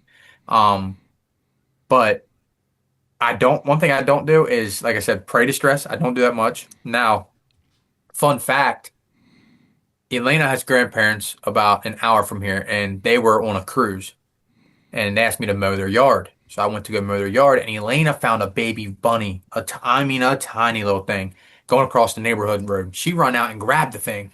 She picked it up, and it was fine. When she got it by the scruff, that thing started screaming, and I'm telling you, He was like, the old school baby cottontail, the classic from Fox Pro, right? The one that is overplayed. I said, video that. Man, it sounded very similar to the baby cottontail. Now I don't have I had my phone, right? My iPhone. I didn't have like recording equipment, Microphone and everything. but I shut my truck off. I shut the doors. We put this little rabbit in my truck, and I sat my phone videoing and got this thing screaming. And it's only about a 30-second clip of this thing, and it's just the same melody over and over and over. Pitch, like it's all And the same. I was like, let's try it. Because I was like, we got our Fox. Like, well, that's what I'll use it on. Man, I sent it to two other buddies, that sound. I'm like, try this. My buddy out in Pittsburgh, and I sent it to my buddy in Ohio. And sure enough, I was right when I was right about the time, I guess, Fox season was coming in. So like the end of September, October time frame, right around that time frame. I Yeah, figured 'cause out how to get it on my call. I got it on my Lucky Duck, right? And I'm like, all right, because Lucky Duck's got some good stuff. Like Rick has like the puff balls and the what is I forget what all the other ones but that are similar to that, right? And I was like, I want this. I put it on my call. I'm not kidding you. I killed like it's like September. seven or eight coyotes in the first 2 weeks of using it with that sound. And I'm like, The first time we used it, actually, there was a girl who found me on TikTok and was like, "Hey, I'm not like super local to you, but I want to shoot a coyote so bad." And I'm like, "All right, let's do it." We picked out a weekend, and it was September 20th. I just went back and looked, and she shot two coyotes. First time ever going out. yeah, We were supposed to shotgun them, but we had them located. I'm like, "Let's grab the thermals." He's like, "Tell her to get here a little early." And we went before out there daylight. right before daylight, grabbed the thermals, and he played that little tiny bunny sound. I Oh my called in gosh. 4 or 5 coyotes, right? I mean, when they heard it, We tripled. they were going to run us over. And I thought, what in the world? Back to when you said about like not seeing coyotes run from the call. I've never seen that unless I've seen coyotes in the field. Say I didn't know they were coyotes, like way out there. I'm going, they're fox or coyotes, something. And I hit some kind of praise distress. I've watched coyotes countless times turn and run for their lives. I mean, hitting the hills, right? And never stopping. And I hit that sound, and these coyotes, all of them, come barreling in. And I thought, what the heck? Nothing different, right? It's just like the baby cottontail. Maybe it was just a different pitch. I mean, it sounded different, but basically the same exact concept. I sent it to a buddy, my buddy. He said he had coyotes, and he was shotgunning, and he had coyotes. As a matter of fact, same exact day that we took that girl that she met. And he said he had these coyotes going. He was close, man, and they would not break this distance. And he said he played it just because, you know what I mean? And he called, I think he killed or called two in, I think he said, but he killed one of them. And then later that night, I think it was, or the next day, same thing. He was thermal hunting and did the same exact thing and killed another one off that sound. And I'm like, man, we got a jackpot, right? But I don't ever use. The funny thing is, I used it for fox this year, and it worked. It worked pretty good, but it did not work like I thought it was going to for fox. But Crazy. I killed probably just as many coyotes this year off that sound as I did fox off that specific sound. And weird, but we don't use the prey stuff very much, man. Besides, You ought to put it on an SD and sell it, man. It could be the Pennsylvania coyote killer I rabbit, know, Pennsylvania killing rabbit. I mean, you just make up with a good sound there. You can make some money actually, off that. it's funny you say that. The name I put on it, and I sent it to my buddies with the name. I don't know if it stays that way or if they changed it or whatever, but my nickname, so like my name's Cameron, but everyone called me Cam. My nickname my dad gave me, my family gave me was Camo. It was always Camo. So I'm like, Camo. And I put Camo Cottontail, and it's Cottontail with a K. So it's Camo Cottontail is the name of this sound. And I sent it to all my buddies, and I told her, I was like, we need to find a way to get get stuff like this. I mean, catch more rabbits or whatever, but Yeah. I mean, that's I think that's a big misconception, which there is a lot that goes into it. That's why no different than Rick or JD or Tori, they find those rabbits. I mean, they get them to make a sound for 20, 30 seconds, and then they just clip it together and then get it to roll to make the cadence sound right. But to make it roll for 3 minutes or however Yeah, long it yeah. is. It's really it is like you're saying. It's that simple too. And I think people really. It's kind of another topic, but I think people really overcomplicate um really everything in hunting anymore. And 100%.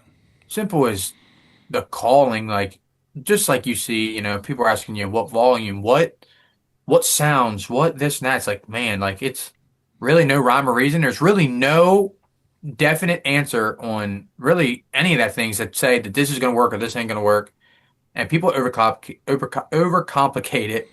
And gear, man, like, oh man, like if I don't have the best this or the best that, like I think that kind of stuff has ruined a lot of the hunting, man, like from what it used to be.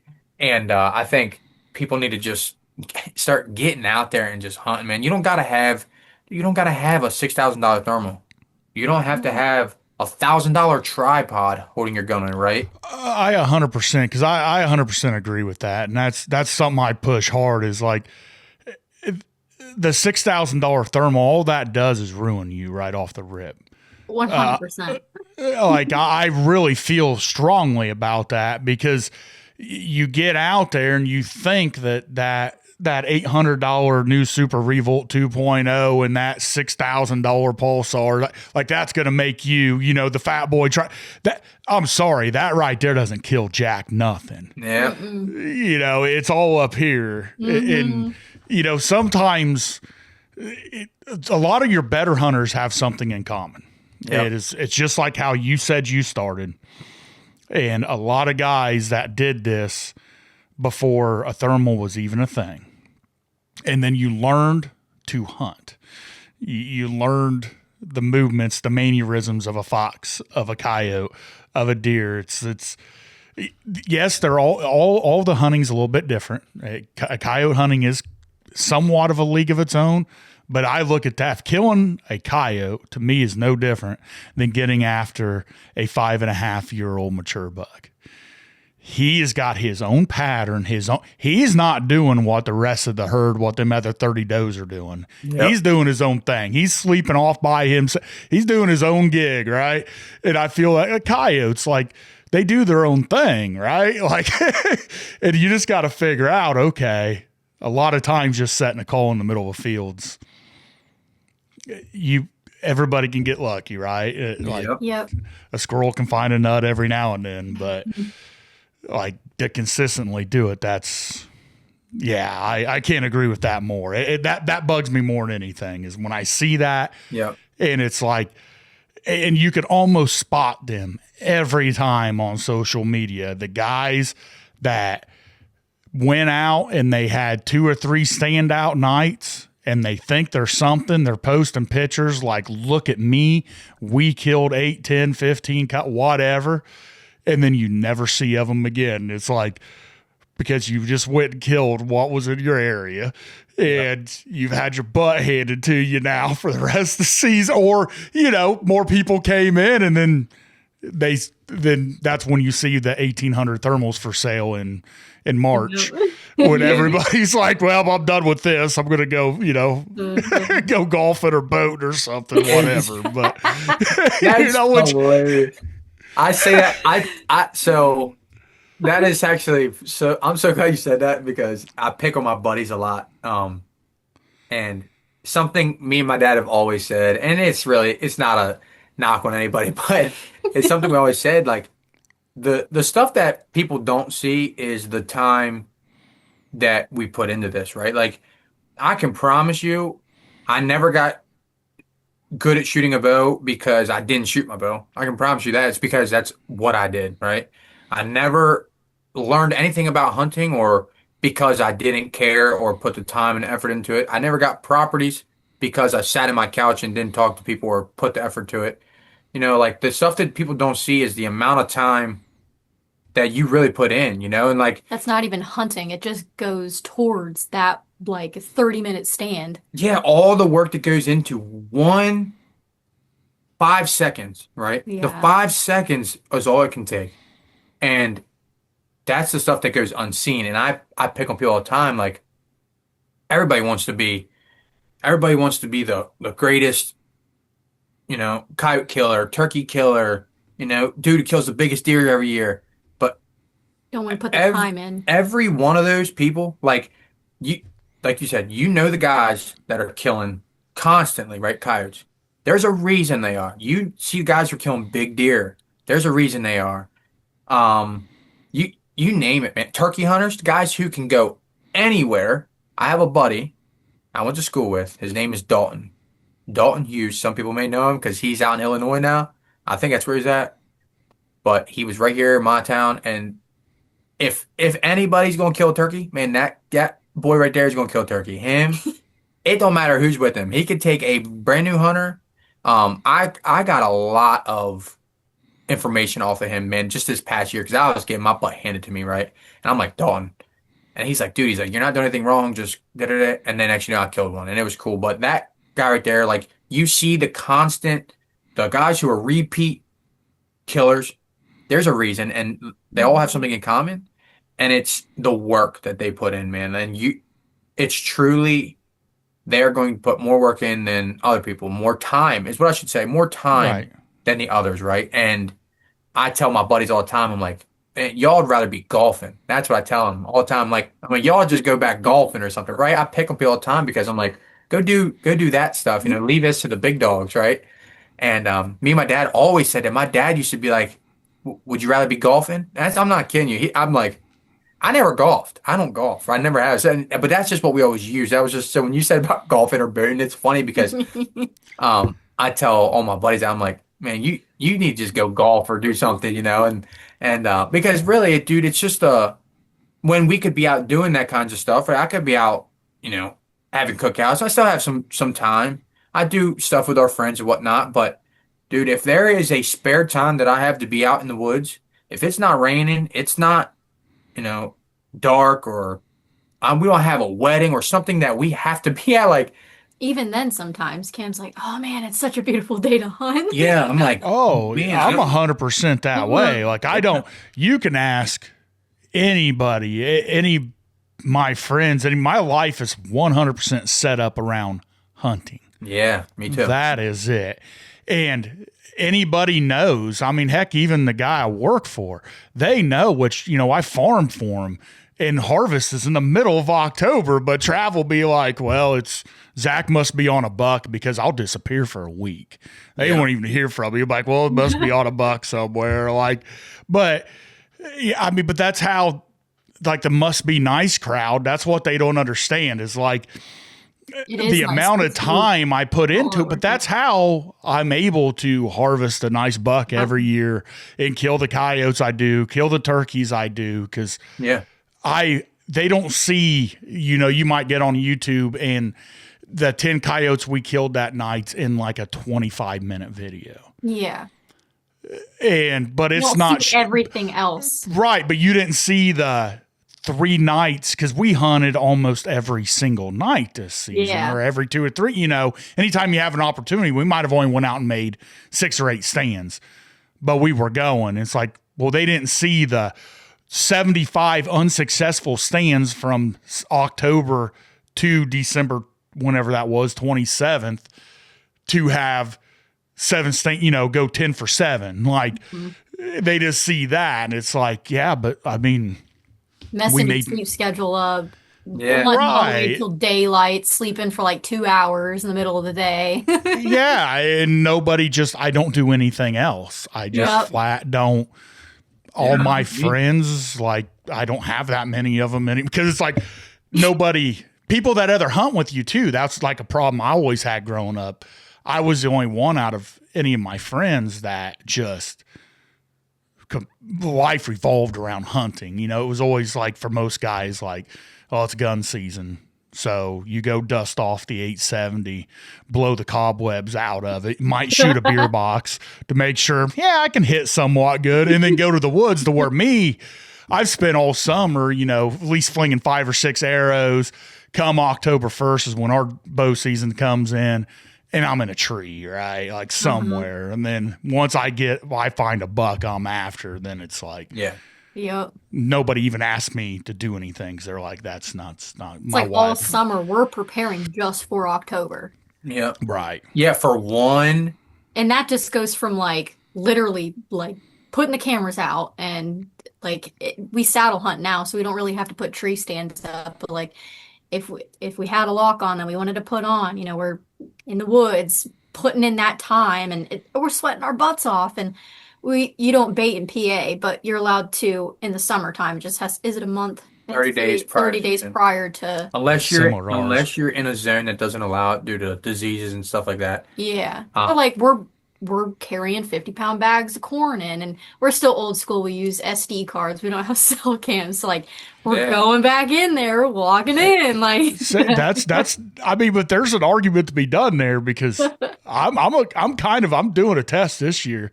I feel that, man, a lot of them bucks or deer can pick up on cell cameras. I mean, I kind of heard that and I've noticed that. Then when I had Greg Ritz on here and we were talking about it, he had mentioned that like out of the 200 and some cameras he runs on his Illinois farms or whatever, I think all of them besides like 10 are regular non-cell cam because he swears that those bucks will pick up on the transmission from the cell camera. Never thought of that.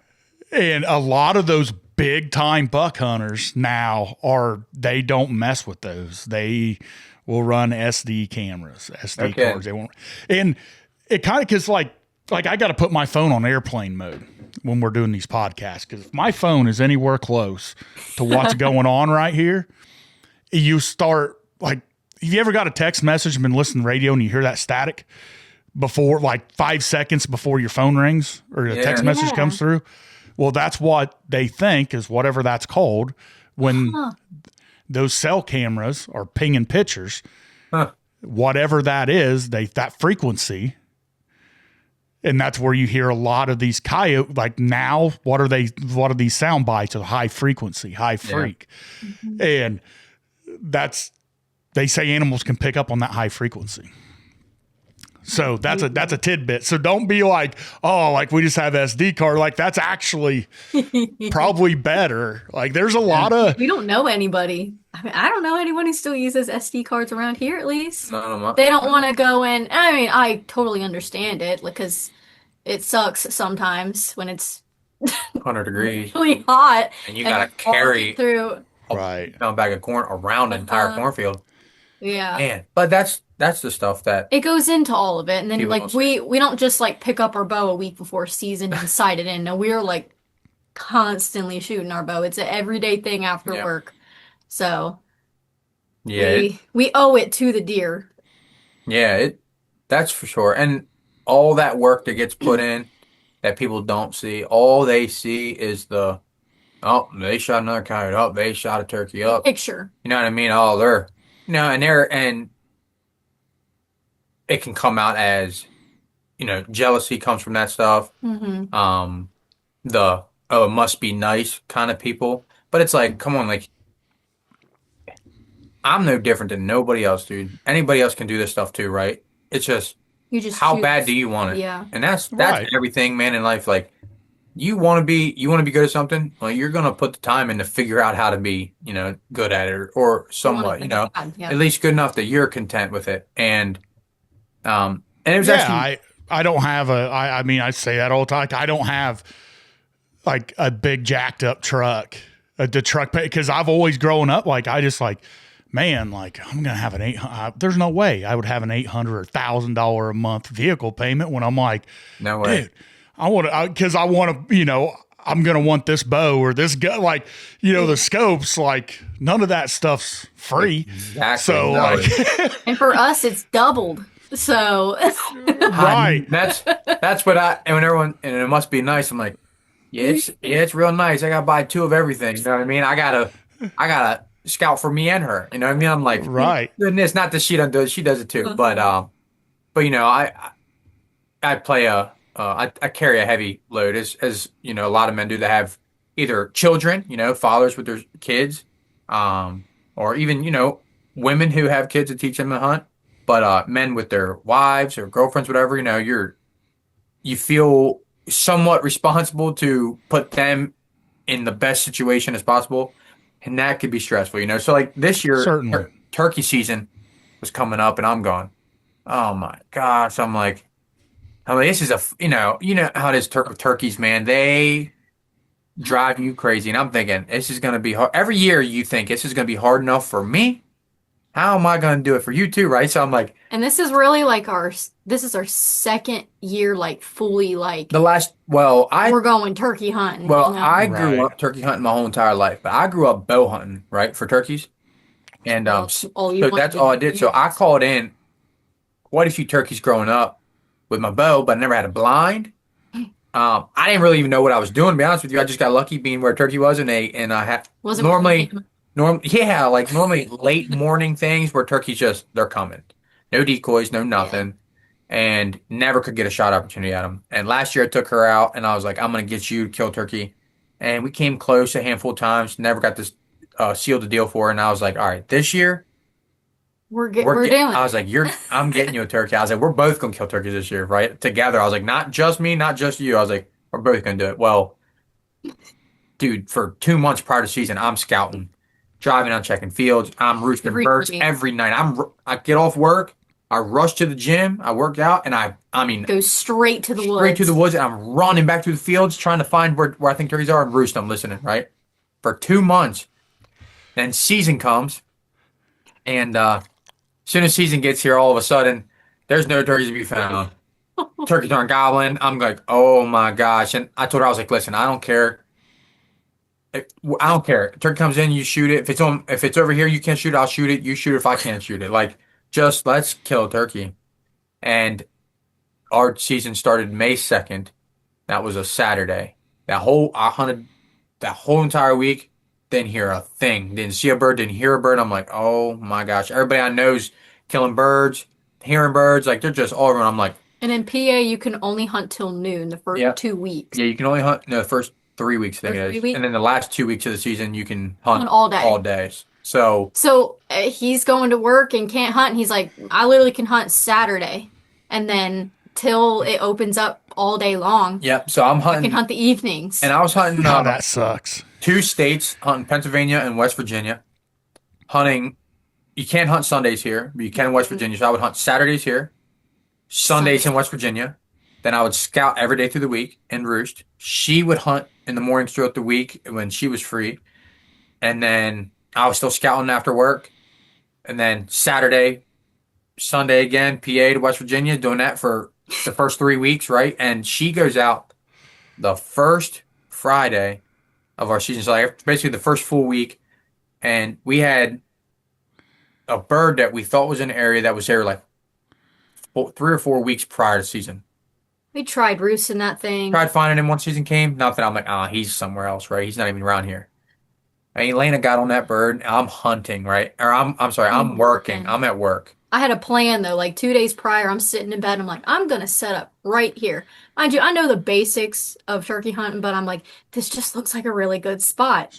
I don't know if the dang turkey's there. I have no clue. So Yeah. And she's texting me. This girl was a sleeper. She loves her morning sleep. I'm like, Elayna, get up, right, and go. She has a hard time getting up early and I don't going. sleep good. So like when I finally do get to sleep, it's usually later at night. So then I didn't hear my alarm first. Set it for 4 a.m. Didn't hear it. He didn't hear it. Then he gets up. When did Got he up at get up? 5 o'clock. 5 o'clock. Didn't hear him. Didn't hear him get out of bed. Didn't hear him leave. I woke up at 7:20. And I'm like, no. Oh my Yeah. gosh. I think I'm still gonna go out. So So we she's get ready really, really quick. We're what, 15 minutes down the road? yeah. If that. I get set up. I'm in my little Ford Focus with a contractor bag because he's at work. So nothing I can really do. That's where the turkey's going if I kill one. Putting on my camo and I'm like, I think I hear a gobble, but like so dang far, I couldn't even figure out what direction that this turkey. I knew it was this way, but I couldn't tell if it was on this side of the road or that side of the road. And I'm like, all right. So I like stopped for a second so I could actually hear because I'm moving, putting on my camo. Hear it again. I'm like, oh my gosh, I think that's a gobble, but it's so dang far. like hundreds and hundreds of yards. So I'm like, what do I do? What do I do? What do I do? I'm like, I'm still gonna do the same thing that I said I was gonna do. I'm gonna go all the way down to this field and set up right there, and so I could see both of the fields, and it didn't look like a good spot whatsoever. And what's growing up in the woods or in the field? Hey, Hay's growing up in the field. It's literally like at my chest. I'm like, I can't see anything, but whatever, we're still gonna do this. I took his Jake out, set it up, and I'm like, I don't know what to do. So I don't have anything other than like a little tiny pillow seat looking thing. And he has the whole setup, the vest, the Nightingale vest, and like a Woodhaven call and everything. Well, I get to use it when he's not hunting, so I feel all fancy. So I got his vest on and everything. I'm using his little slate call, and I call and he don't answer me. I wait like 20 minutes, do it again. And he's asking me, he's like texting me, he's like, is he answering back to you at all? And I'm like, yeah. no, She was texting me. not at all. I don't know what to do. Right. Yeah, like So there's I no called way I'm her. pulling this burden from this far. He was like She's 300 yards, if that, maybe. she's calling me saying, when should I call when I'm not? And like I'm trying to tell her, and like now I'm excited, right? Right. I'm at work and I feel like I'm there and I'm like shaking. I'm like, oh my gosh. And Like then he's not answering to me, so I don't know. And then it took him a long time, but he finally, I just played the silent game on him. And he finally, he came in maybe 50 yards more. And then the fire truck sirens went off. And it sounds like a tornado siren. In Oklahoma, it's the tornado siren. I've never heard of that in Oklahoma at all. So when I first moved here, I'm like, are we getting a tornado? And he's like, it's just the fire department. Well, the fire department siren goes off and he is shot gobbling so much he's not breathing. And I'm like, oh my gosh, oh my gosh. Like he's Yeah. actually way closer. mind you, this is like 9 o'clock in the morning, like mid morning towards the late morning. And so I'm telling her, I'm like, he's gobbling as much as he was. I'm like, he probably don't got a hen. Like you're Yeah. gonna kill this bird. Just Right. play this smart. Yep. And when she gave me the text that he's closer, she heard him start shotgun and she's like, he's closer. I could like hear My heart sank. I'm like, she's killing this dang bird, right? And like, I'm already picturing big old hooks on him. yeah, and I just sat quiet and I had a mouth call in my mouth too because I was like, I don't want to move. I know you can't move with these dang things. So I just sat there and waited and waited and waited. He got silent. And I'm like, we know what that means. Hopefully. And I heard him within 100 yards coming my way. And I just gave him a few little soft yelps with my mouth call, and next thing you know, I literally see his red beat head, and I'm like, oh my gosh. And he saw my decoy. I set him up to like the right of me. He saw my decoy and just like locked eyes and was like running for his life at that thing. I didn't know that he was gonna run away or anything, so I shot him on the run, and he folded right there. And I'm like, oh my gosh, and I ran up to him. He was 13 steps away from me, and It don't he's get like, much better than I'm that. so proud of you, but don't ever shoot them on a run again. He said he's seen the decoy and come running, right? And I'm like trying to follow him, and I'm like, he's oh my gosh. the only shotgun hunting for coyotes is the closest thing she's gotten to this, right? That's it, So she yeah. thinks when they get to the call, it's over. So she shot this joker running. And, I know I've seen you shoot TSS and stuff, but for a lot of people who don't know, and turkey chokes and TSS, they hold super tight Tight pattern. pattern. And at 13 steps, we're talking like, Oh yeah, you're throwing I guess what, you shooting a 20 gauge probably, or it's a 12, yeah. years, yeah, 12? You're shooting a 12? uh-huh. Okay. Yeah. Wow. Yeah. But I put it like right before his head. Well, surprisingly, it wasn't as bad. I meant you don't feel it. No, it wasn't. It didn't rock me though as bad as like the 2s and 4s that we've shot, like the mixed load TSS. Holy crap, those things knocked me off the chair half the time. So people are like, you should get a 20 gauge. I'm like, all right, give me one. I'd love a 20 gauge, but I carried that 410 this year with TS. That's what I killed my turkey with. Like, Yeah. I'm telling you. Well, I'm actually kicking it around. Because I don't call coyotes this time of year. Okay. But I got that I started running that Foxtrot TSS. Yep. And talking to him about it, I'm like, you know what? I might just go out and try to shotgun a coyote with a 410. I'm going to see what happens here with this TSS. I'd like to do it. Just mess with it a little bit, but yeah. It'll yeah, do it. like Oh, I 100%. haven't even ran a 12 gauge for turkeys in 10 years, I bet. Wow. When I switched to TSS back then, and I went to a 20 gauge. Yeah. I was like, You really I mean, do because need with a to 20 gauge with that TSS, it's 60 yards. Oh yeah. You're still, No. and I very seldom get a turkey. This year, I shot that turkey at 30-ish yards, 35 yards, something like that. That's the farthest I've shot a bird Yeah. ever. So, I mean, usually they're close. So to Yeah, me, it's that's like, exactly. That's why I tell people like coyote hunting too. Like, you really don't. A lot of guys, I get that question all the time. What chokes? What shells? This and that. Blah blah blah. I'm like, don't you honestly Don't get an okay. open choke. Get something like a modified. You can shoot a full, but I don't recommend anything more than a full. We shoot Indian Creek chokes, and I shoot their waterfowl choke, which is 710 constriction. So it's like a modified. And at 40 yards, the pattern it puts out there with bigger stuff too is incredible. I'm like 90% of my kills, no, 95% of our shotgun kills are between like 8 and 15 steps average. I've shot them at right off the end of my tip of my gun barrel, and we've shot them at 40 yards. But 95% of them are 8 to 15 steps. So like you don't, and a lot of times they're moving. So like you don't want something screaming tight. It's already, holding tight pattern. And she actually, when she said, I shot that turkey running and stepped it off. I said, Elayna, oh no, because I asked her, I was like, did he beat up on the decoy, right? I thought she's gonna see it all. She said, no. I'm like, I dropped him. I'm like, what do you mean no? She's like, I didn't even give him a chance. And I'm like, what? I'm like, oh, did you stop him? But she's like, no, he had his head forward running and I shot him. And I'm like, she said, I put it right in front of the head and pulled the trigger. And I was like, I said, I'm very proud of you, but please don't ever do it again.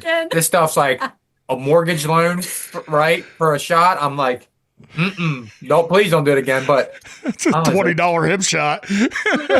yeah, and then Yeah. me and my buddy were talking, like, we pattern our guns at 40 yards, and we're looking at these patterns, and I'm going, holy crap! When it's 6.65 Indian Creek choke, and I'm like, and he shoots a 660 out of his Mossberg, and I told him, I'm like, man, these things are screaming tight at 40. I was like, we're joking Jeez, all year, like for months before season, and we're like, we're gonna miss one at 20 yards probably, and he's like, man, I don't. He's like, I think I'm gonna shoot them at 40 if they're coming. He's like, I'm just gonna shoot them out there. My bird, I shot at 20 yards, and he came up to the decoy all strutting up, and I let him do his thing, man. He did it right, and he beat on my Jake decoy and everything, and he's standing there full strut, and I'm getting, after you watch a turkey do that for so long, you're like, oh, I can't take it no more. I gotta shoot him, and he's full strut. I'm like, I'm not shooting his feathers off, and I'm sitting there, and we shoot red dots too, and I got the dot on his head, and I'm like, I'm gonna do it, but I'm thinking the whole time back in my head, I'm like, if he moves his head in that pattern 20 yards like that, I'm thinking if he would gobble, I'm missing him. Right? I'm thinking, I just saw a video like right before I shot my turkey, and I'm like, oh my gosh, I'd like actually cry, I think, if that happened to me. The whole entire pattern went right past his head because he was gobbling. yeah, I was pretty nervous about that as well. But and I'll tell you another thing, kind of not necessarily off topic, but kind of a lot of people, there's a debate between lead and TSS. You do not need TSS. You don't need it for kites. You don't need it for turkeys. But I will tell you what, when you shoot it, when you see the pattern of it, your confidence for one is incredible. There's like the loads we shoot have like 700 something pellets in it. That's incredible for turkeys, right? And I'm thinking, they're not getting out of that. You see the patterns, your confidence goes up. You see the distance. The impact that it does is, why not, right? Like, you call them in, right? Whether you got lead or TSS, it don't matter. The animal's probably still going to be standing in the same spot when you pull the trigger. So at that point, you already did all the work, right? It's not like, oh, you need TSS to kill them, or you can't call them in close enough. what if they're 5 yards? You know, what I mean, you did the job, but why not, as a hunter, take something that we know more times than not when you pull the 100%. trigger, Yeah. he's not suffering, you know?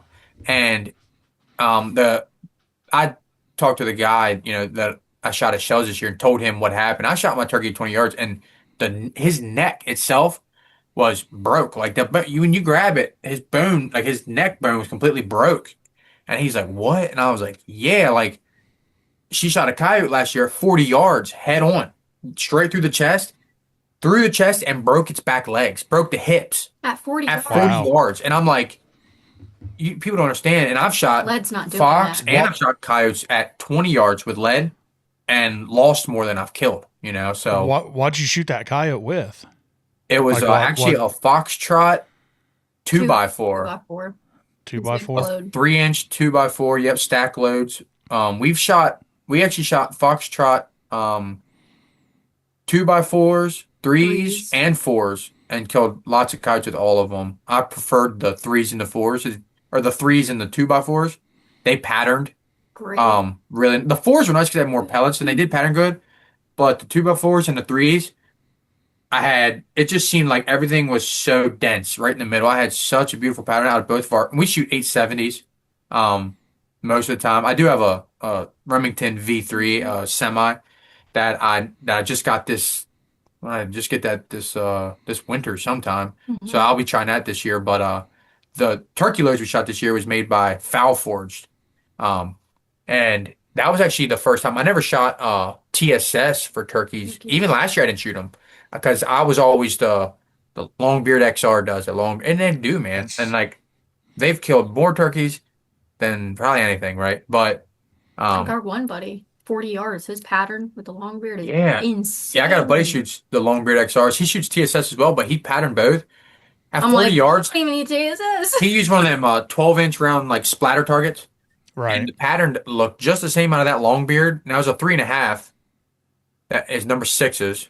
And then versus the 3-inch number 9s, the pattern was almost the same. As far as density goes, I said, you have no issues. Like, you just run whatever you can put in your gun, And, but it's. Well, that's how I've always felt. Like, I couldn't ever, for the closer range shots, I couldn't really tell it because I always ran number 5 Longbeard XRs. Me too. And I couldn't really tell much of a pattern density wise. Like, yes, there's definitely the TSS will leave a hole. But so I mean you're definitely getting more, but what always got me with the TSS is the force they hit with, that impact. Because you hit them with TSS, they're dead. Like, I know a lot of guys say dead is dead, but I think when you jump to TSS, they're dead. Like, I mean, I took a 410 and shot a turkey at 35 yards, and he never flopped. Like, you see in the video, he just disappears. Yeah. He didn't move again. He was done. And it's like, that's something. If you couldn't have done that with any other lead shot out of a 410. Couldn't have done that. Yeah. I mean, even with the 20 gauge, the ones like the couple birds my wife had shot with him, like, it just, they're done. Like, and I like that aspect. Like, because to me, it's kind of like, as much stuff as I like to kill, I hate watching stuff suffer. It pisses me off. Like, 'cause I get mad at myself because I'm like, I didn't do my job. Yeah. And with the TSS, it's like they don't, like, it's like they didn't even. You don't got to worry about it. Yeah, like you go pick them up and you don't have to worry about the old flop and the hooks get you. Like, I mean, they're just done. They're dead. Yeah. I like that aspect. I got sold on them with the coyotes, and Bryce the Foxtrot. He was the first TSS show that I ran on coyotes, and we talked, and he's telling me, he's like, man, I'm telling you, you kill coyote 80 yards with this stuff, and I'm like, yeah, right. You know what I mean? Because I've even used to shoot Longbeard XRs at Fox, and I had them run off at 15, 20 yards, shoot them in the head, and they run off, and I'm like, no, you're not killing a coyote that much bigger, and that's pound for pound. There's not much tougher animals than a coyote, man. I've watched them take 100% rounds, good shot placements and run and get away, right? And never be found. I'm sure they die, right? But it's like they're tough as crap. And I'm thinking, no way. Well, we got this TSS, we're shooting it. I'm like, all right, I'm nervous. Like I'm asking everybody questions, and I'm like, where are you aiming? You shoot them in the head? They're like, no, just put it on them and shoot and watch. And I couldn't believe the first handful of coyotes I killed with TSS, and I went to pick them up, and they were like jelly. Like I'm talking bones Broke. crushed, and I'm like, and exits like shooting through shoulders and legs, and just It was like crazy. brutal, right? And I'm like, oh my gosh.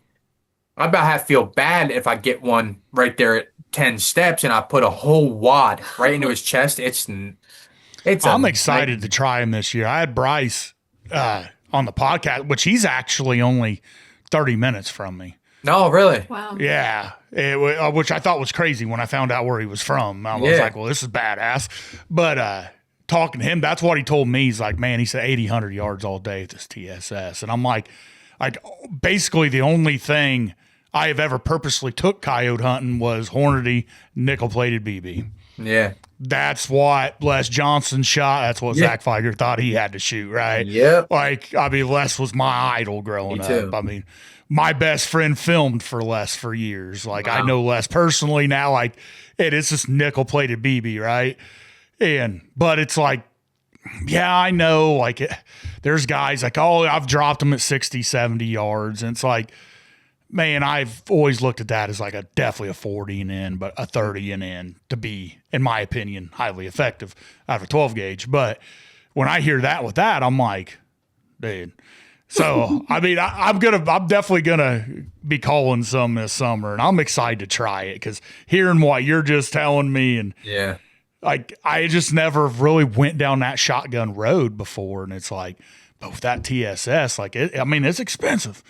Like, I mean, literally for one box of TSS, I can buy, well, there's 20, so I could buy like 100 rounds of the nickel-plated BB for 5 TSS. So, like, that's a lot for a coyote, but Yeah. but at the same time, Yeah. oh, man, I mean, if they're that effective, boy, I wouldn't mind rolling one at 80 yards. Like, just to I'm see it. telling you, they are incredible. And like we haven't shot them past 40, but she shot 2 last year at 40. But the only reason we haven't, I mean, I really don't want Because to they have come to. barreling in, so that's like, honestly, Yeah. as far as Obviously, like them. I want them close. I don't want to have to find out what they do out there.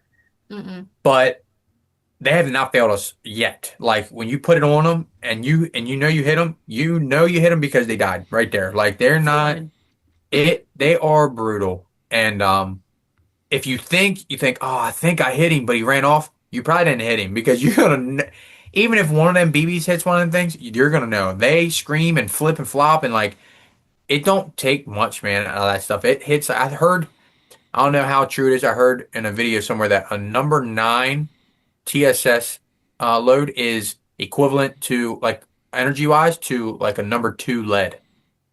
So when you start thinking coyote sizes, 2, 3s, 4s, that is like, I mean, you're hitting them with a F350. You know what I mean? Like that is Right. crazy. And she shot one at 40 yards last year in a fresh cut hayfield, and we're hunting between cornfields, standing corn, and we're standing in the corn. And she sees this coyote peek out, and I'm videoing, and it would have been the coolest video, but I am awful with videoing and technology in general, so I'm trying to focus on this coyote, and I'm focusing on the cornstalk leaf in between us. So you see him, but he's blurry. And I'm like, all right, I got him, kill him. And she shoots this thing, and then I watch the video back. I'm like, oh, but you can still see in the video that, I mean, she stepped it off 40 afterwards. And I'm looking across, you know how that open field, nothing to judge into across wide open field, judging distance can be tough. And I'm looking at him, and I'm like, oh my gosh. I'm like, he's a poke across this little cut hayfield here to the next corn strip.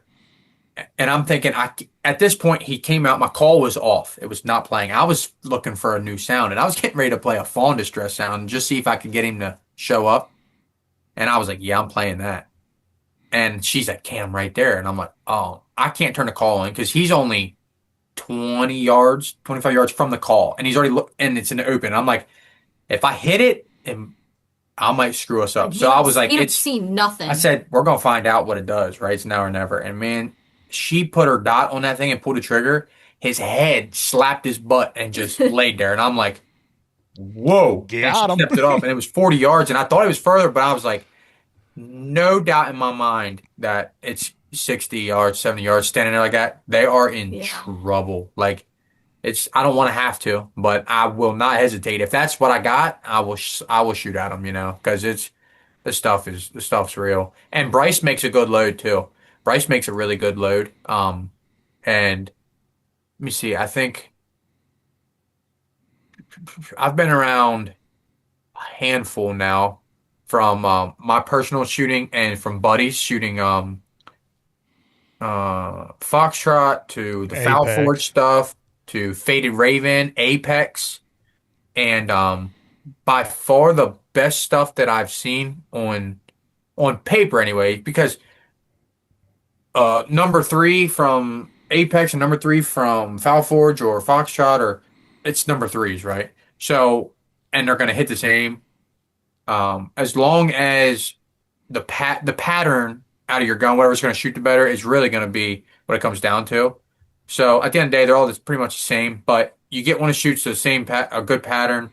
That's what's important to me. And the best that I've seen out of our guns and buddies' guns has been the Foxtrot. Well, 2x4s, 3s and 4s, and Foul Forge, his stuff. And he's got threes, he's got some fives, some sixes, stuff like that. And then I was 7, 8, 9, might even 10 is turkey load, stuff like that. But like, I haven't shot out of Foxtrots and Foul Forge. I haven't shot a shell yet that's been where I'm like, they don't, man, they are all like, I tell people just get one and rock and roll because you're going to start killing. But I was supplying TSS for everybody I was hunting with me. And I was like, hey, like we can't be doing this anymore. Yeah, she's like, Cam, and I'm like, yeah, you're kind of right. And now this year, prices on TSS have gone up even more. And I'm like, for people who are going to go with me, I'm like, buy a box and just use that box. And if you shoot more than that box while you're hunting me in a day, I'll give you some of mine. But buy that box first please. Because it's like $130 or whatever a box now. Yeah, I think it's is what rough, his worth. man. Like, 130, 140. Yeah, it's rough, man. And it's hard to it's hard for these companies right now to find big enough TSS shot sizes right now for coyotes. So I'm gonna be dabbling a little bit with some smaller stuff like 5s and 6s to see. But even then, you like I said, if what's true about the number 9s being equivalent to a number 2 in lead, a 5 and a 6. I mean, I know guys who've killed coyotes with 5s easily with TSS, but 5s and 6s, you're gonna have a lot of pellet count. They don't hit as hard as the bigger stuff, but it's tungsten at the end of the day. Oh, I'd shoot number 9s out of a 20 gauge at a coyote all day long under 30 and in. Yeah. Wouldn't even faze me just because I've never shot them with TSS, but I've killed a handful of coyotes with Longbeard XR number 5s. Yep. While turkey hunting and have a coyote come into the decoy set or whatever, and you roll them up at 20 yards. Like I flat rolled them with Longbeard XR number 5s at that close. And I couldn't imagine what just number 9s TSS would do to them. So like if lead can do that at that distance, TSS is going to perform that and then some.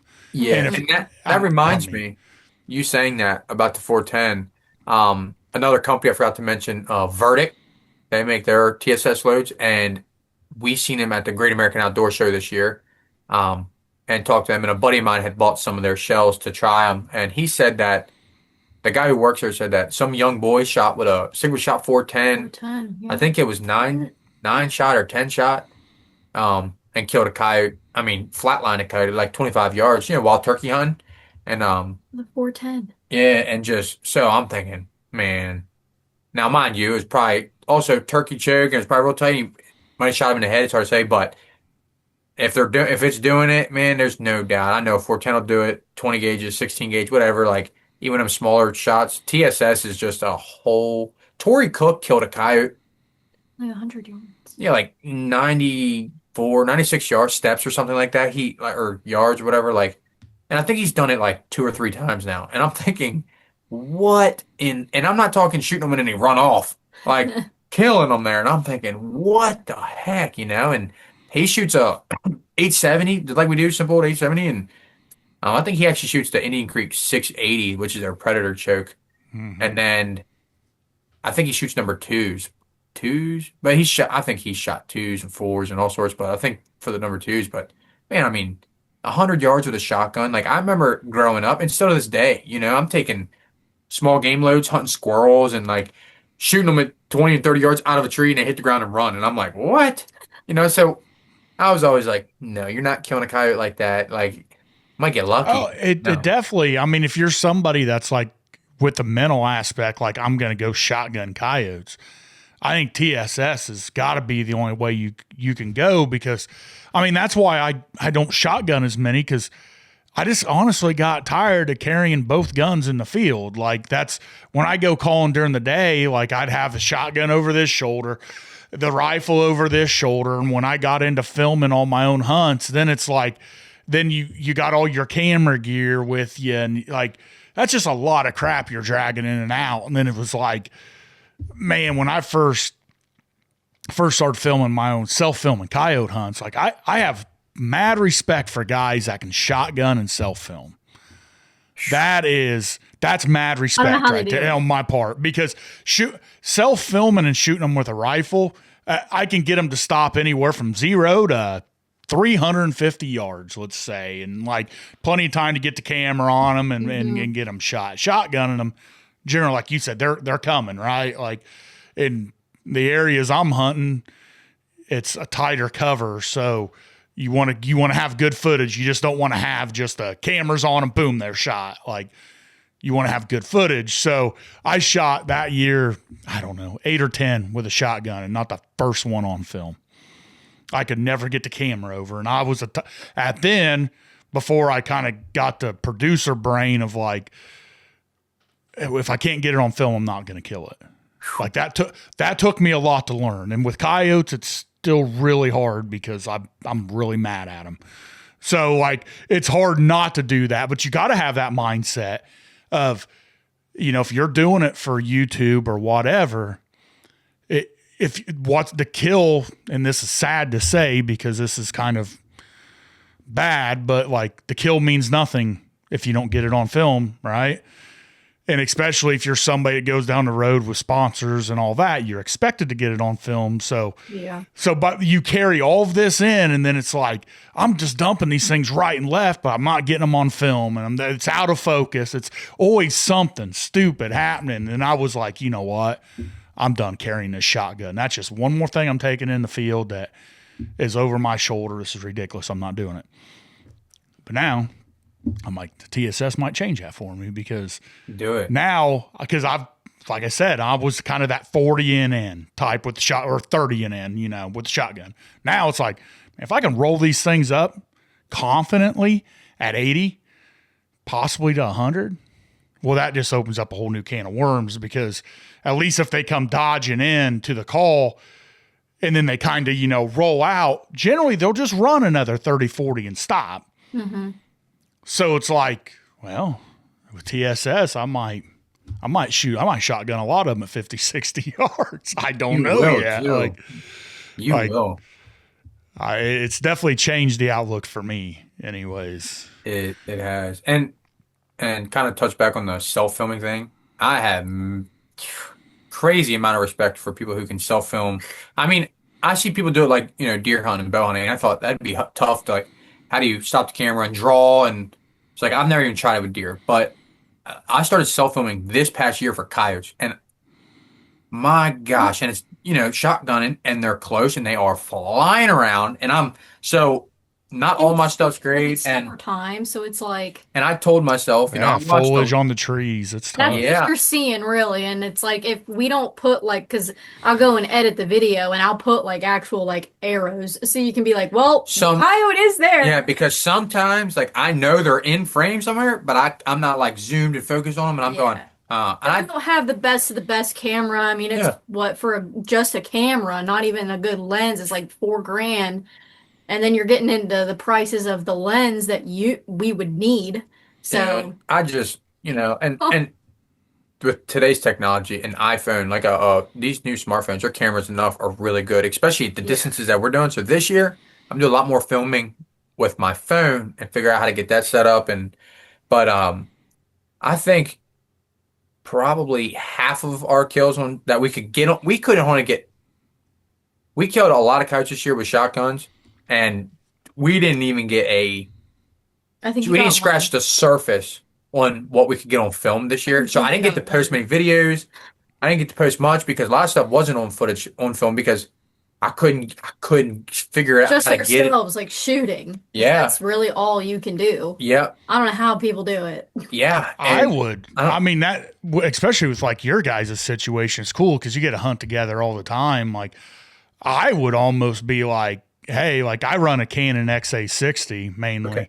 but it's like, you know, like if she's dedicated on the gun, you can sit back and film with that. But I'd just put a max view or a Tacticam on the end of her shotgun. yeah. How we thought. But at least you can get some really nice B-roll foot. Like you can get some real Yeah. nice footage. Just at least with the kill shot. If you're not on it on time, Yep. man, you can edit that cut over to the max view, then bounce back for her reaction. Like Yeah. That's with a second person, boy, it makes it 10 times easier. 100%. that's 10 my times plan easier. this year where I'm gonna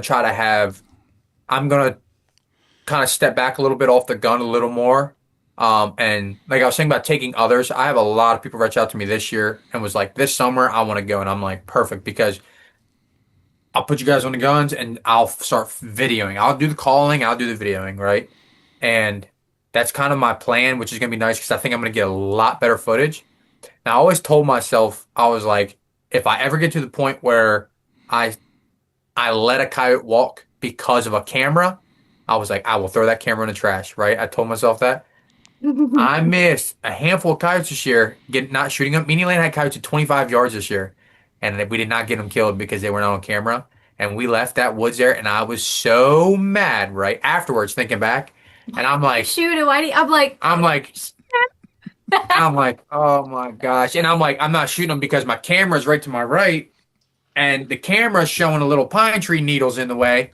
And I'm looking at the coyote at 25 yards in the daylight. I'm looking at the coyote 25 yards, and my camera's looking at pine tree needles, and I'm not shooting a coyote. And I'm like, oh my gosh. So this year, I'm going to video as much as I can and let everyone else shoot.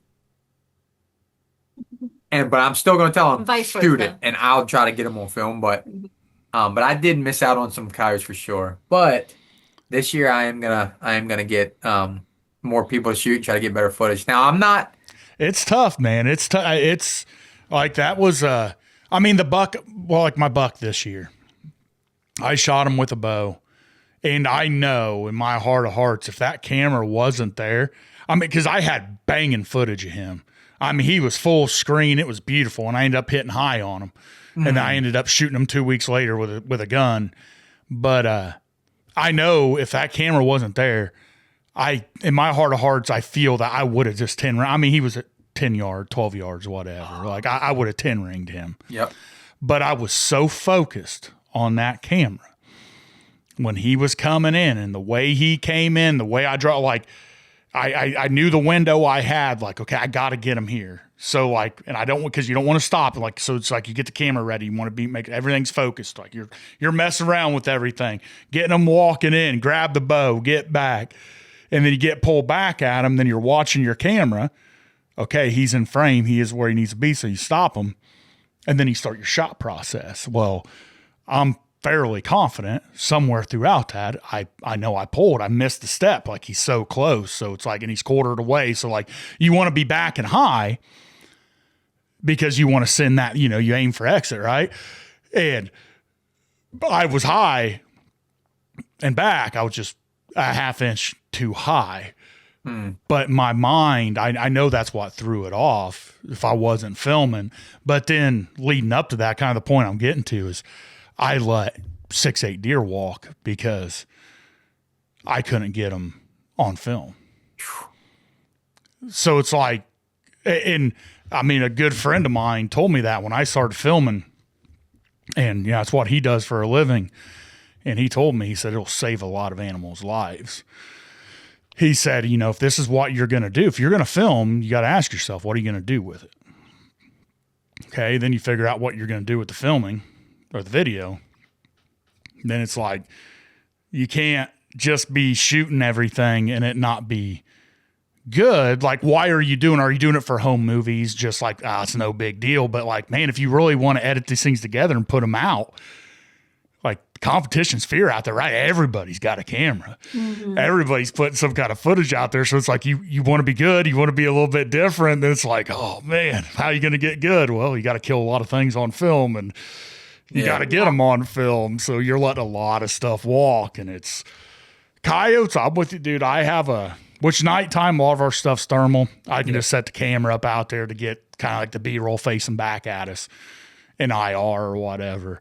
Then it's just the thermal view, but it's like, how do you make that look different? Because once you've seen one thermal video, I'm pretty sure you've seen them all, right? Uh-huh. Like a coyote's a coyote in a thermal. It's nothing like daytime.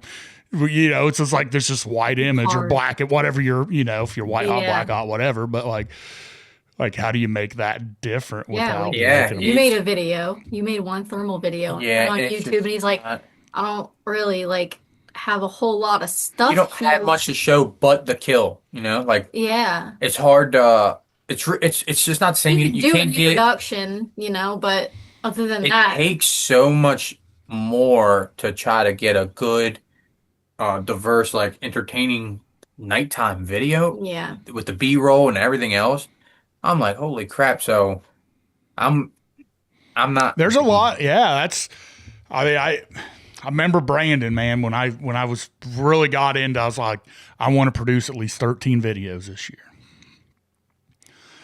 And when we go out hunting, I remember our conversation. It was like, you got to I'll have 2 to 3 hours of film to make a 15-minute video.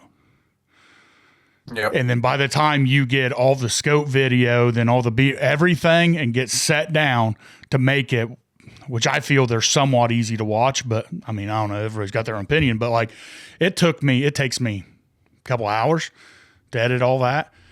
Yeah. Which, I mean, I'm not the best editor in the world by any means. There's a lot on that you can do that I'm not smart enough, but it takes time. I don't think a lot of people realize, man, it takes a lot of camera footage. And those big boys like Jeff and those guys, they got a whole separate crew. They don't have to worry about they got a whole separate crew. But you guys, me, whatever, it's you will sit down and make this. It's gotta find the time for it when you're not hunting and not working. Yeah, it is. It is hard. And I'm not good with computers. I'm not good with technology. His phone stops doing something and he's like, nah, I'm done.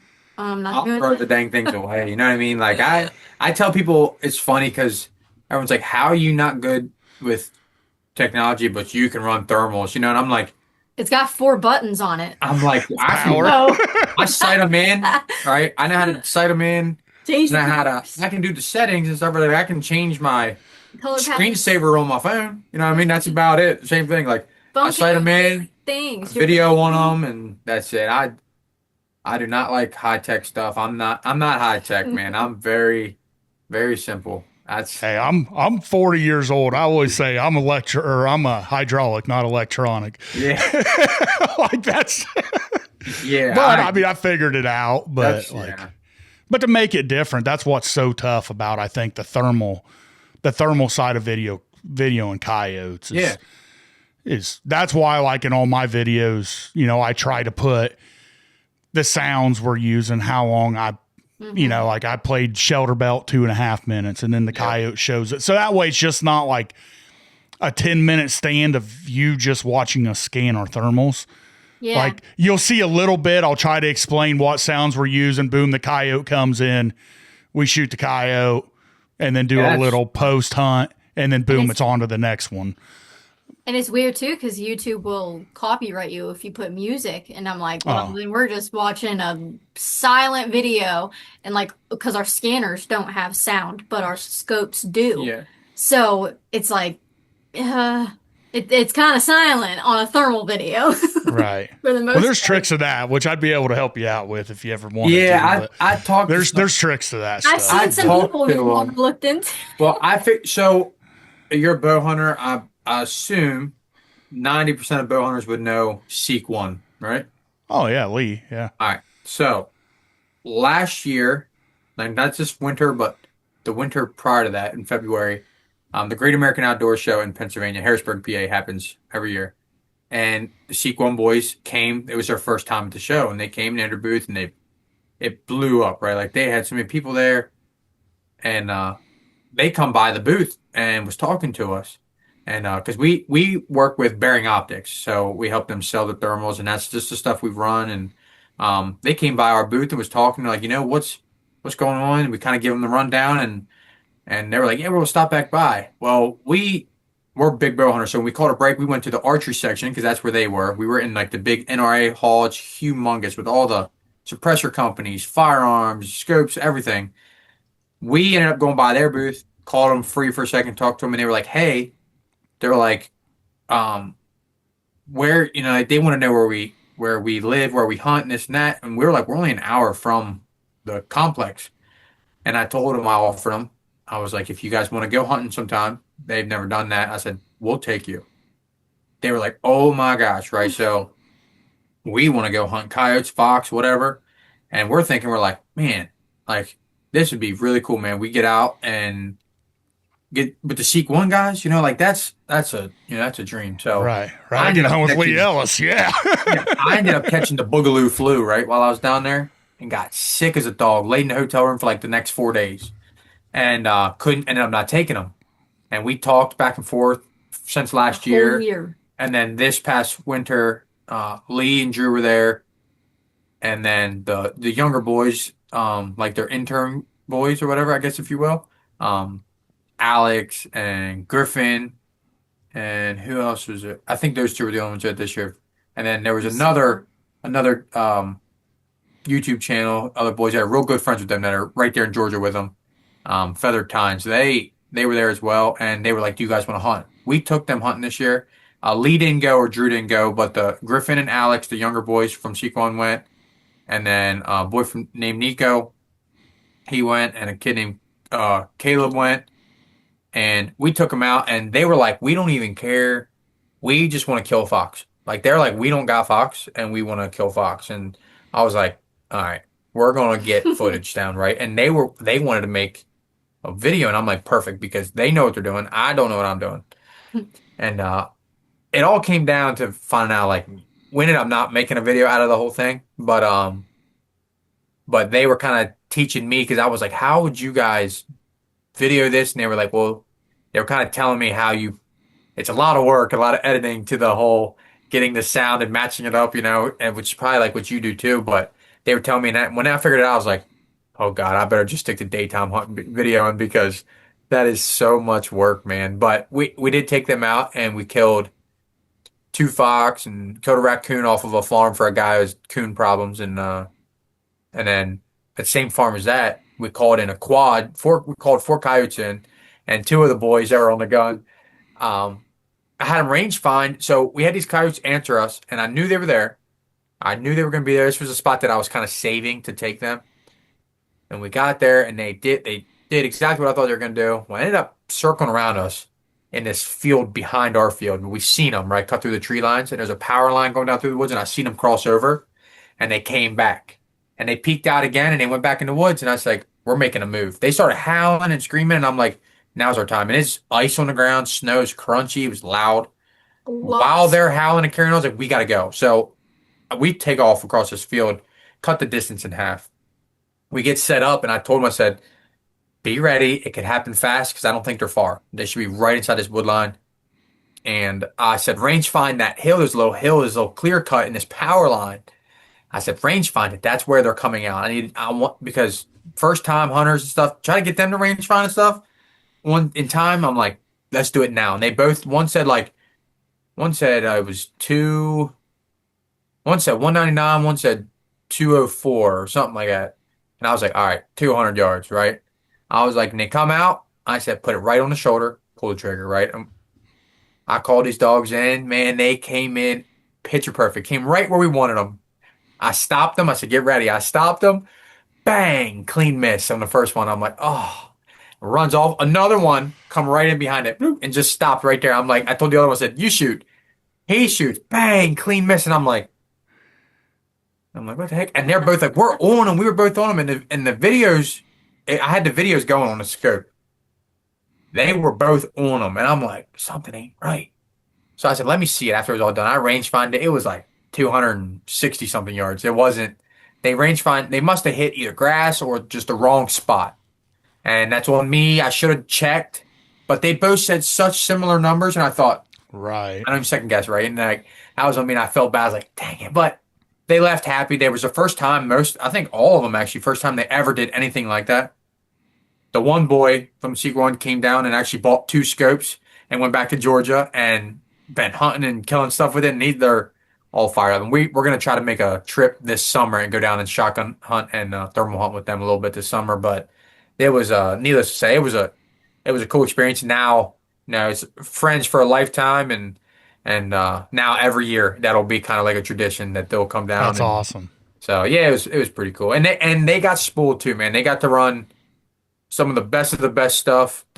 If you have a hard time saying that one thing's better than another because it's personal preference, but like they got to run Top of the line equipment. yeah, they got to run the higher end stuff in the line, and which is cool. And we hunting with enough people, we've met some really cool people and got to run so many different things, and we got to find out what we like, right? What's the best for us for how we hunt because the way we hunt and our terrain and stuff is different than yours, right? So like certain tripods, certain calibers, scopes, anywhere from the magnifications of scopes and everything can be different. Like one's way better for you than for us, right? Like distances and all sorts of stuff. So for us, kind of like a little shout out, but like I said, we run our bearing optics, thermals, scanners, and scopes.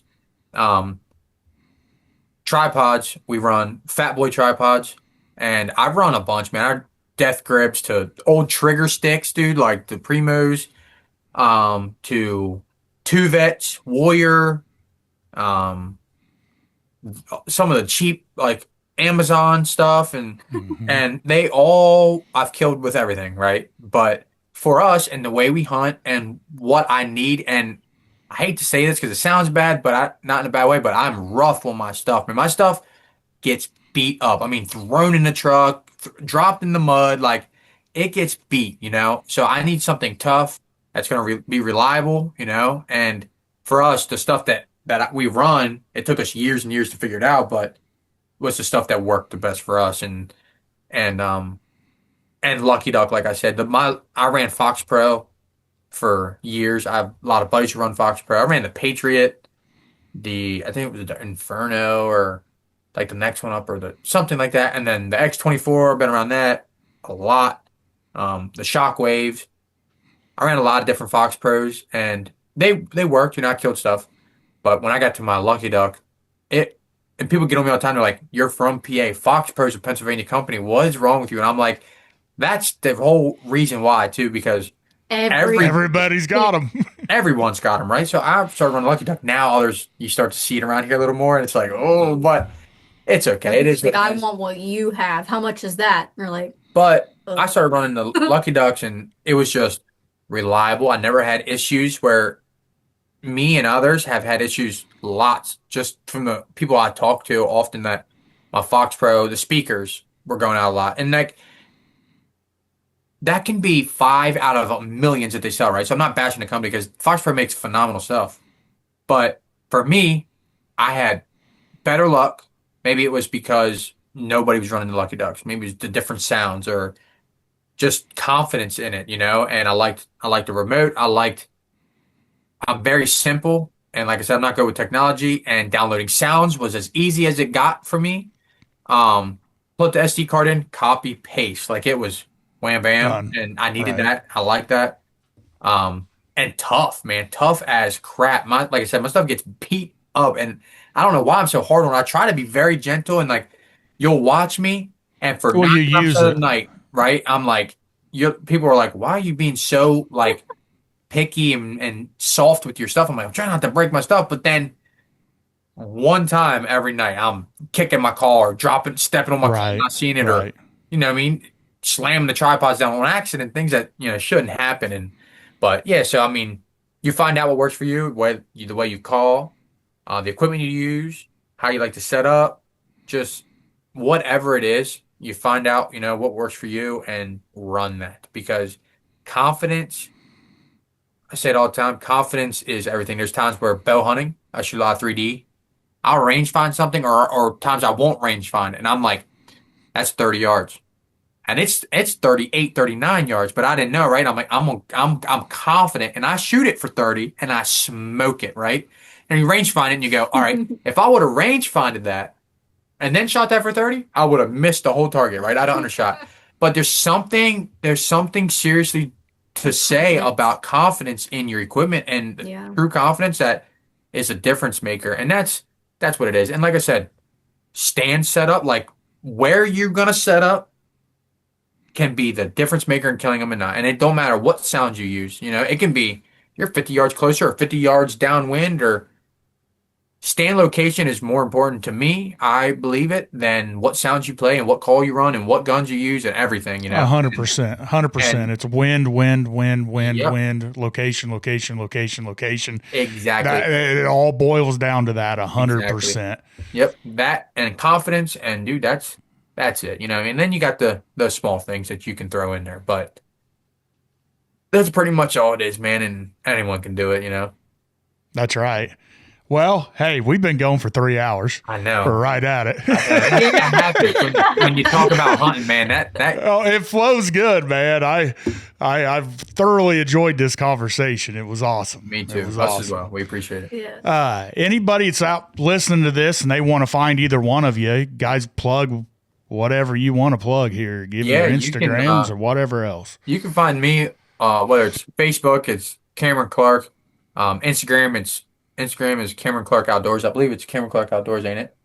I think it's just Cameron Clark. Kameron Clark. Maybe my handle, Kameron Clark or Kameron Clark Outdoors. With a K. And then my YouTube is definitely Kameron Clark Outdoors. Kameron with a K. And we will be posting a lot more this summer as far as YouTube content and stuff. So.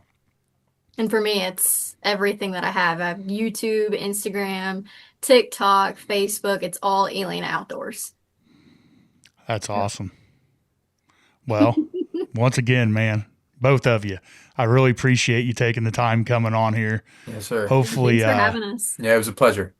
Hopefully here, come next season, we can jump back on and you'll have a lot more summertime coyotes. It sounds like your guys are just getting geared up. So yeah, man, we have next Saturday's turkey season goes out here, so we have one more week to we have another tag to fill, so we're going to try for this last week, and then May 31st it's over and straight into coyote hunting. So, and hopefully we'll be in touch with you, and hopefully you get to knock some down with some TSS this year. Yeah. Hey, we could only hope. You never know with me though. I'm kind of a wild shot here, so yeah. I'll be excited to hear it. Thank you very much again, and everybody get out and shoot your guns. Make sure you're shooting straight. We'll see you.